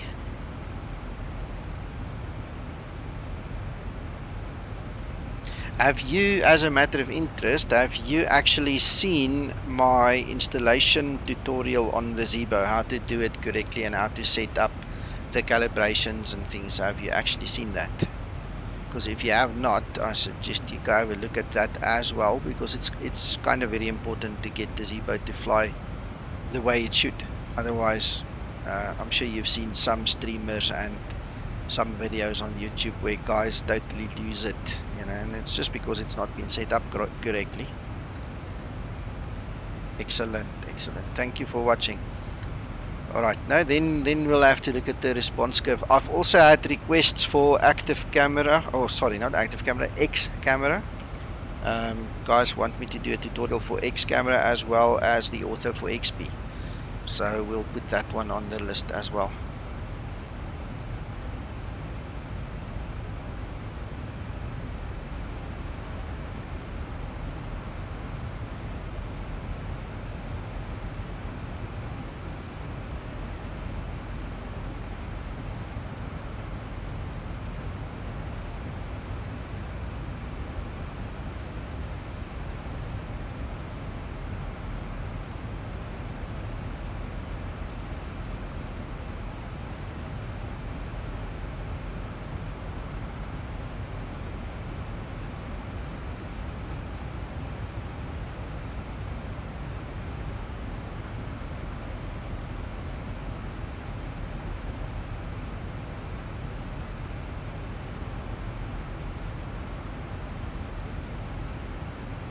Yeah, it could very well be very sensitive, and for that reason, that's why they implemented all these curves. So we just need to play with it, get it less sensitive.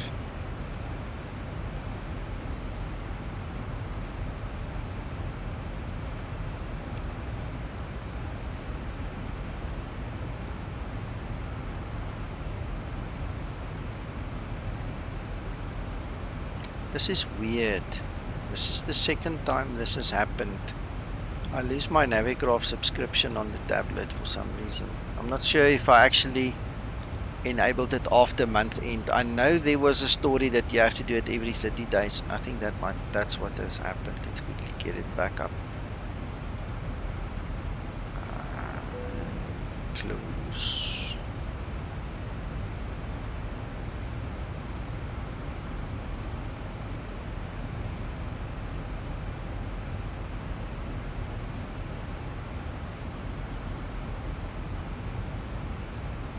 I'm also wondering if it isn't because I cleaned my cookies off my browser. That could also be part of the problem.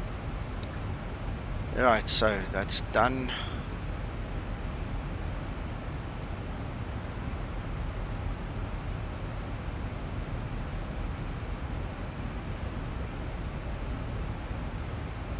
And there's Navigraph back in place.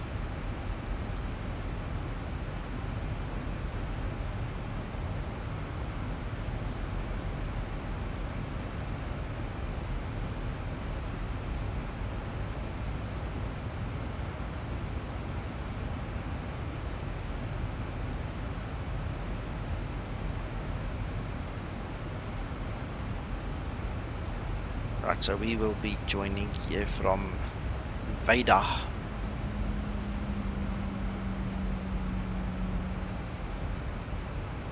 Alright, I can hear the spooling down of the engines. Now it's going to spool up a little bit. Top of descent is upon us, and we can get the seatbelts on again.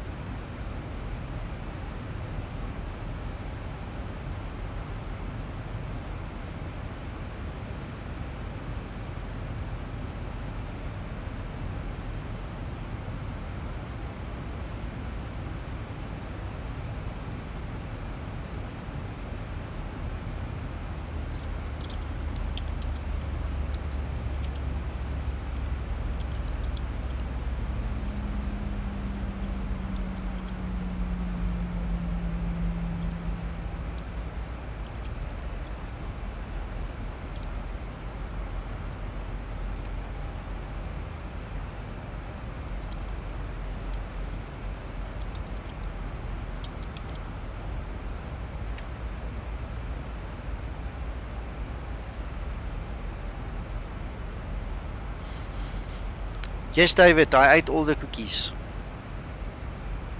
And I had help. All the doggies helped me.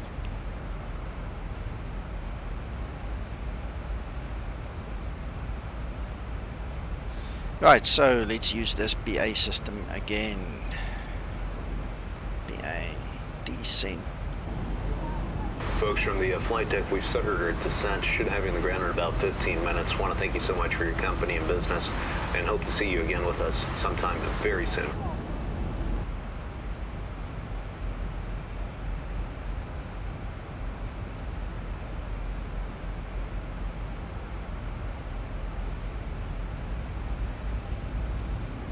Right, so let's get the checklist back on screen. We have attended to the seat belts. They are on. Now we're going to have either or. Either we're going to pass 10,000 foot first, or we're going to pass the transition altitude. So in this case, we're going to pass transition first, and then you'll see that the standard turns yellow like we've described, and then we take it further.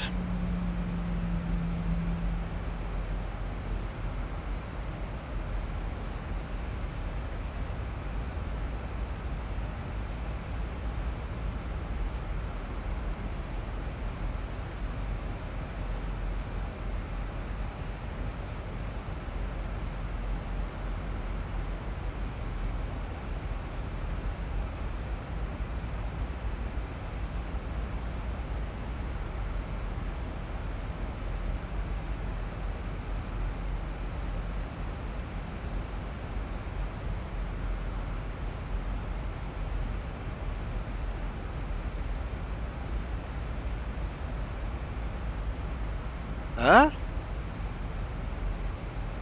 Huh? I could have said that I didn't want to share the cookies with you and I ate them together, but I didn't want to be nasty. Huh?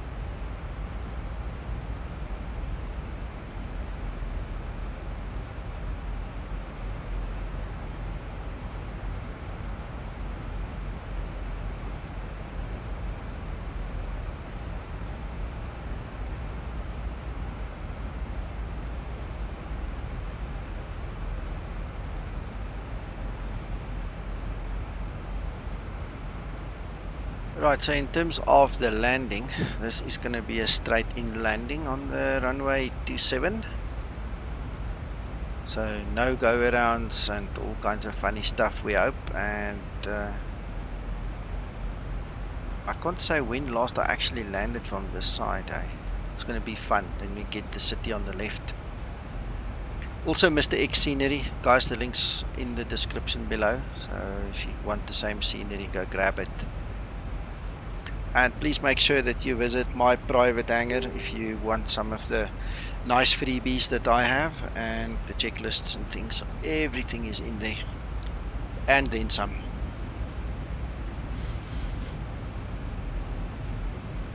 Right, and now I'm sitting sleeping, looking at all the other screens except my one, and this is what I was talking about. You see that it has now turned yellow, so we obviously need to go to QNH.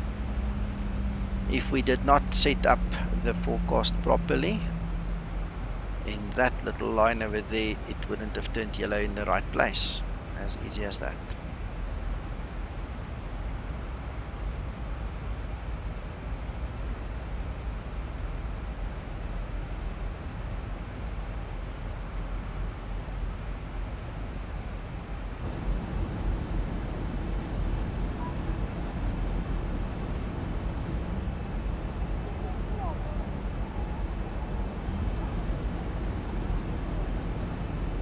I hope we're going to be able to see the city and everything. I think the cloud's quite high, so we should. But this is an enormous amount of clouds, my goodness.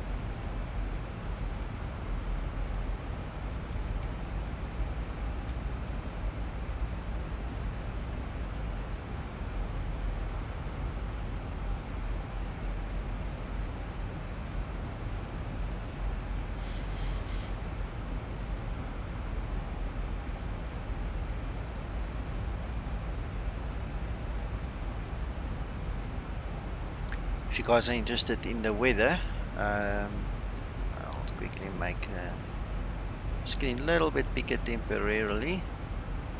That's what we're looking at. Seems to be a little bit of rain in the area. Now let me click on the right screen. There seems to be a little bit of rain, ever so slightly. We'll see when we get there. There's nothing in the meter, so we'll see.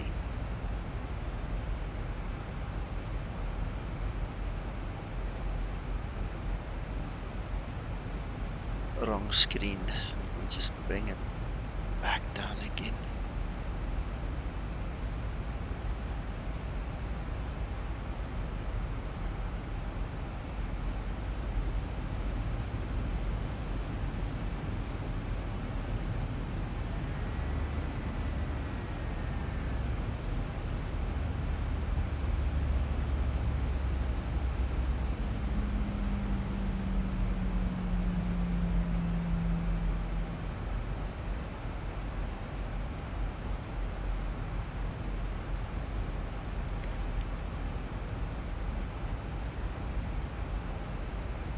Well, David, if there is a little bit of rain, then you don't have to come and wash the aircraft when I'm done with it, at least, eh?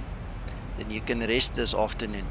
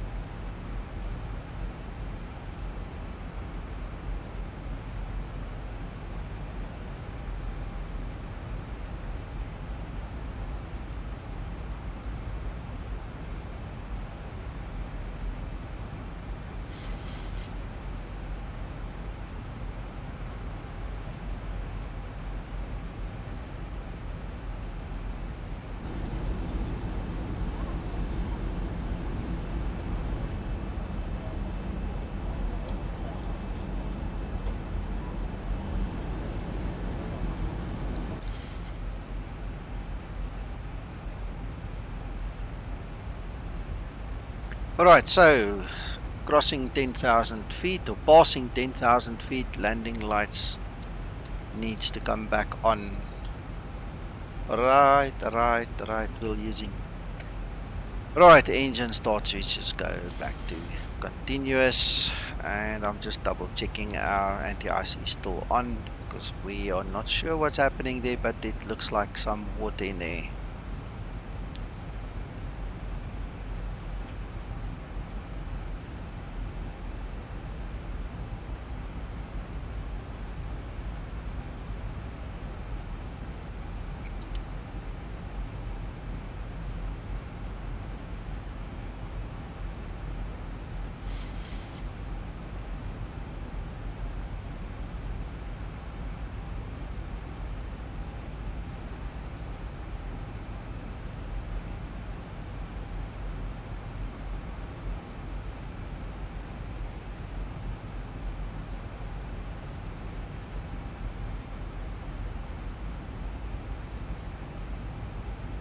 As a matter of interest, guys, on the map here you can see Chula Vista. I've got a cousin staying there.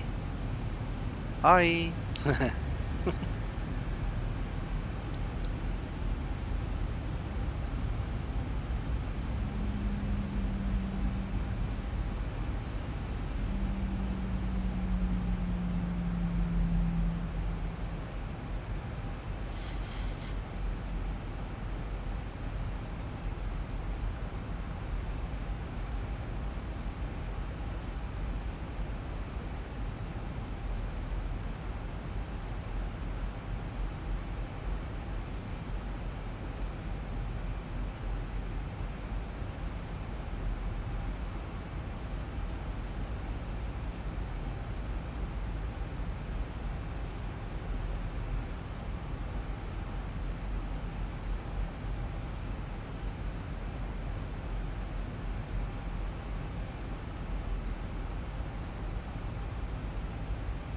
This is such a lazy approach, my goodness.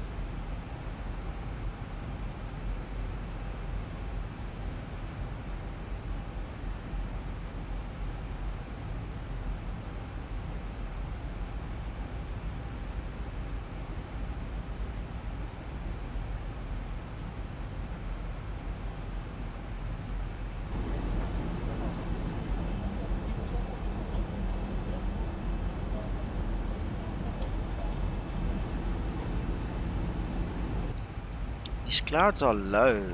I mean, if you compare it to where the mountains are, this is really low.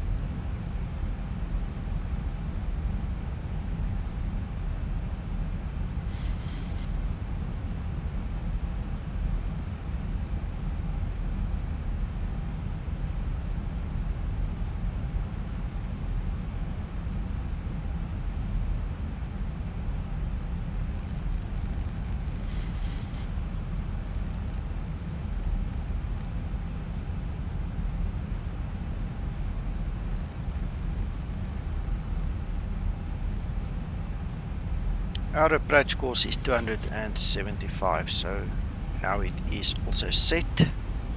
Going to all my speed brakes now.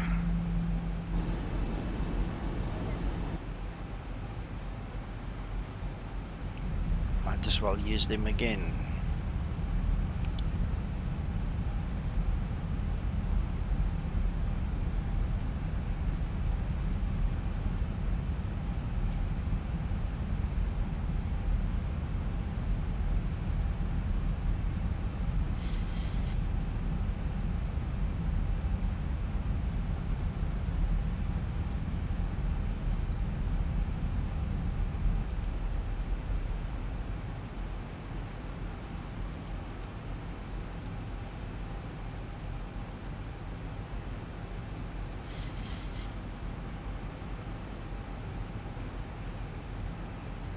Lieutenant Spur for landing, please.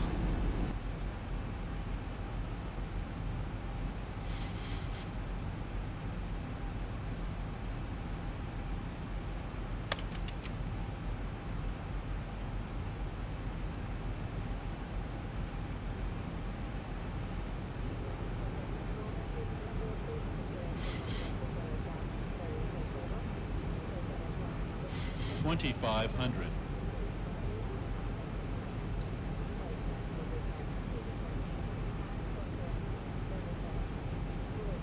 Ah, now that's nice. Now we can see what we're doing.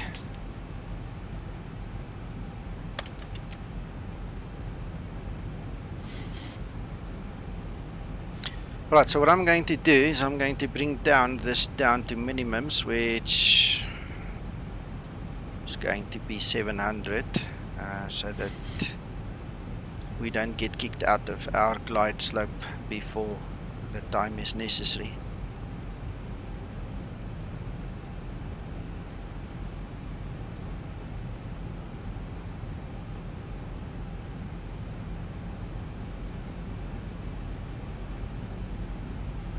So we have a wind calm situation. 3 knots is absolutely wind calm.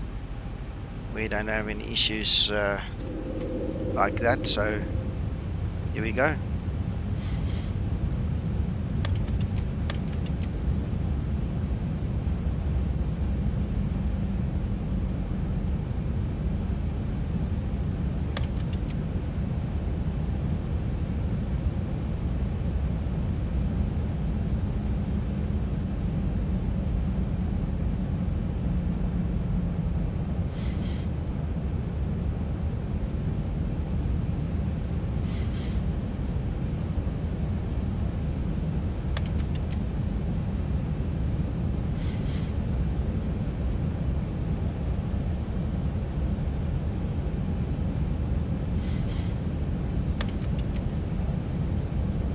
That brings us to flaps 30, 25 miles out.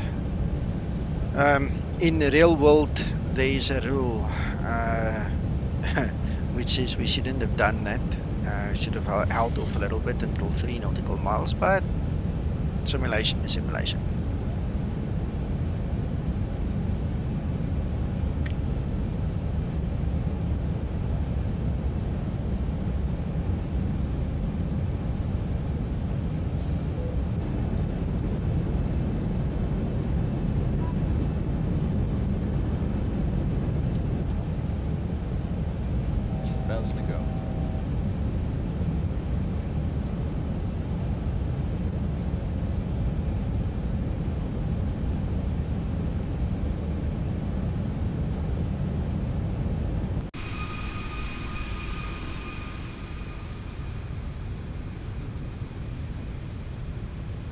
I see the cities coming slowly but surely popping into view there. Approaching minimums. Right, that's minimums. Go up to 2,500 on the dial over there.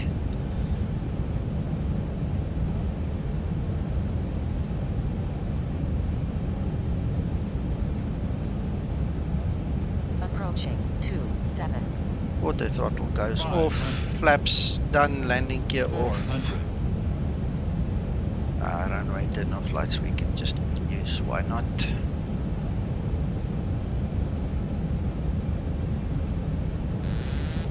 Autopilot off, hands on the stick. These buildings seem kind of close, very close.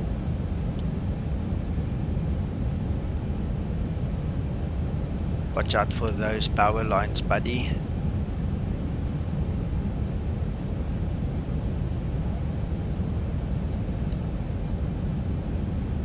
Tank rate 100. 50, 40, 30, 20, 10. 5,000 feet remaining. Right, reverses green.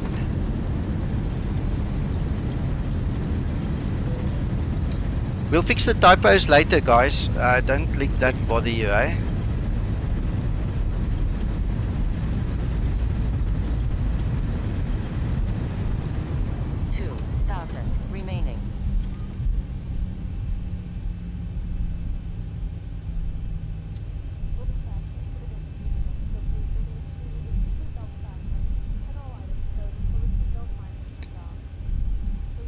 I see there was a message blocked. I'm going to pay attention to that now. Let me just get off the runway. Maybe I'm talking about the wrong spelling mistakes. But I know a couple of guys have said to me I must check my checklist, so we'll fix it.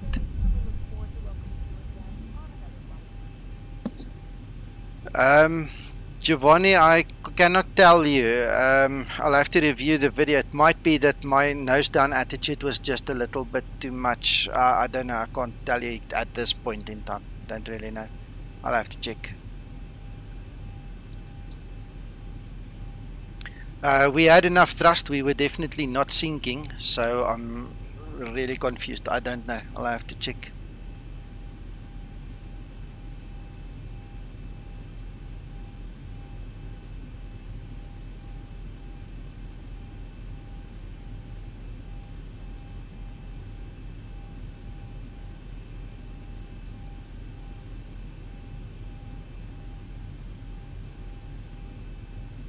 Oh, I see what's happened. It's blocked the URL. Yeah, I don't just allow any URLs.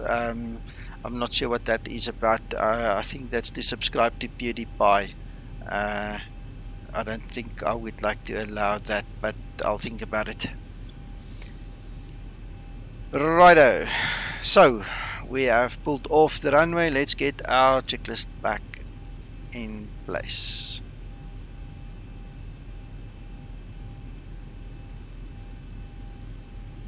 We did. Right, speed brakes, auto brake, that's off. Flaps, we can retract. Weather and terrain radar can come off. Then what we can do is look at our landing lights, runway turn off lights, taxi lights. You guys can come off. We can start the APU. You need to go to steady, and we need to get you guys off. Right, so that takes care of landing lights, taxi, runway turn off, the APU is started, engine start switch is set to auto, weather and terrain radar is switched off, position light is steady, probe heat switch is off, anti-ice we can switch off most definitely. Yeah, I ate too many cookies, Dari, you're right.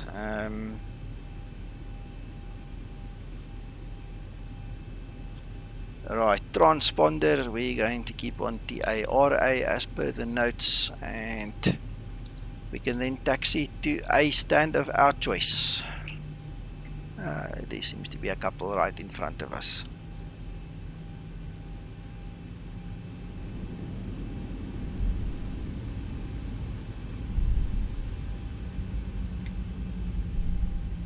Guys, so after I park, I'm not going to run through the rest of the checklist. I mean, that's just monkey see, monkey do kind of stuff, you know. So what I want to do is actually do a replay. I want to see what happened in that landing.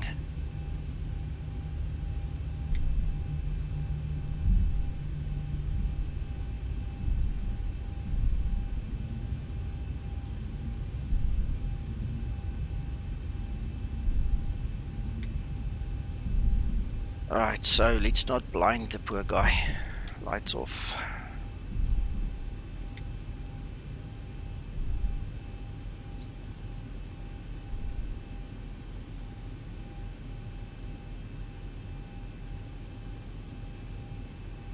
Righto, parking brake is set. Okay, let's go check the replay. Let's see what it tells us.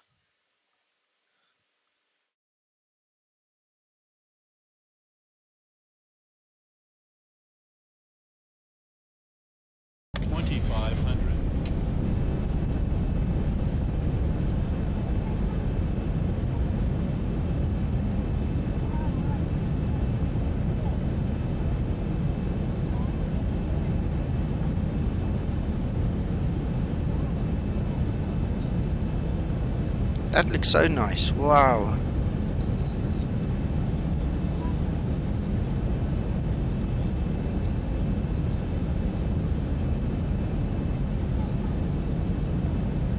I personally think that RNAV glide slope was a bit low. That's why I intervened earlier than usual. There's those stupid pylons and wires. Oh, you know what? It's also not going to replay that GPWS sounds fast because this is a replay. I'll literally have to go watch the video.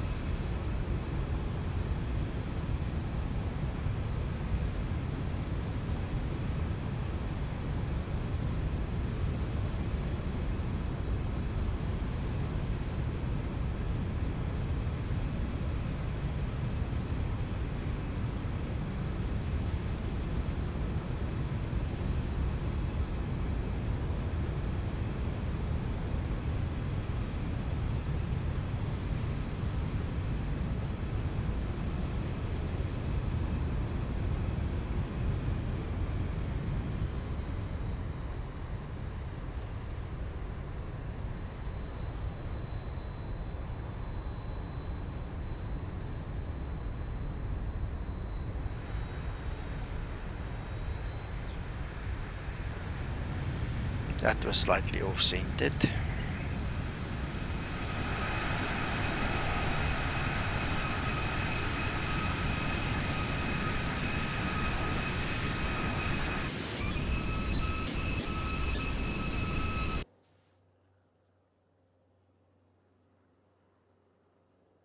That's a stunning approach. I'm in love with this approach.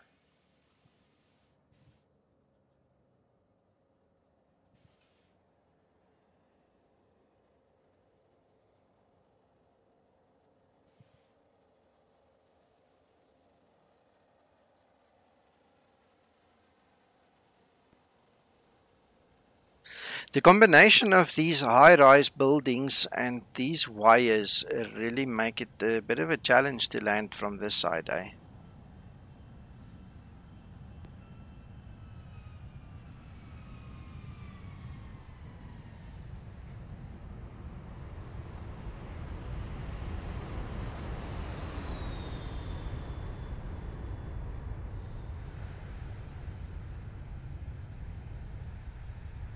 Oh, very nice, very nice. Absolutely, challenges is what we live for. Me too. I like to get challenged a bit. Yeah, that was nice. That was really nice. Don't go too far. Well, guys, thanks for joining me. It's nice to have more than 10 guys at a time on the stream, and it's nice to see you guys take notice of me as well. I hope you enjoyed it, and you're welcome to watch the video later again. It takes about 3 hours for everything to be nicely rendered and text in place and all those things, but there's lots of other videos and real world stuff you can watch on the channel. And if you've got any comments, please leave them. If you have any questions, please feel free to ask them now, eh? Thank you, Finn, much appreciated.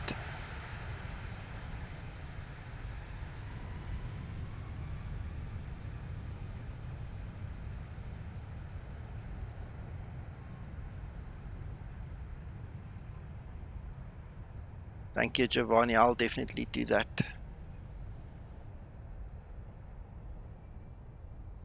This is Sandiego, Finn, and the scenery link is in the description below the video. So just click on show more.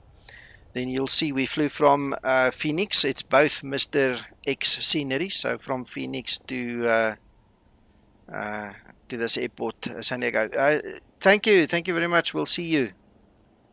Skiri, it was nice having you here. Nice talking to you.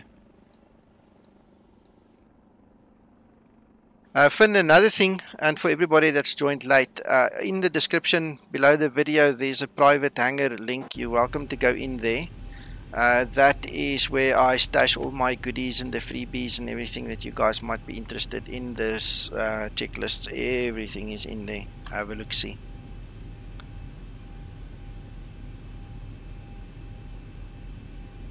Thank you, David. Thank you very much, everybody. I will see you again next week on YouTube, but in case you guys want to see me fly around, I will be on Twitch during the week mostly, so you guys are welcome to drop in. And otherwise, next week, guys, next week. Have a good week in the interim.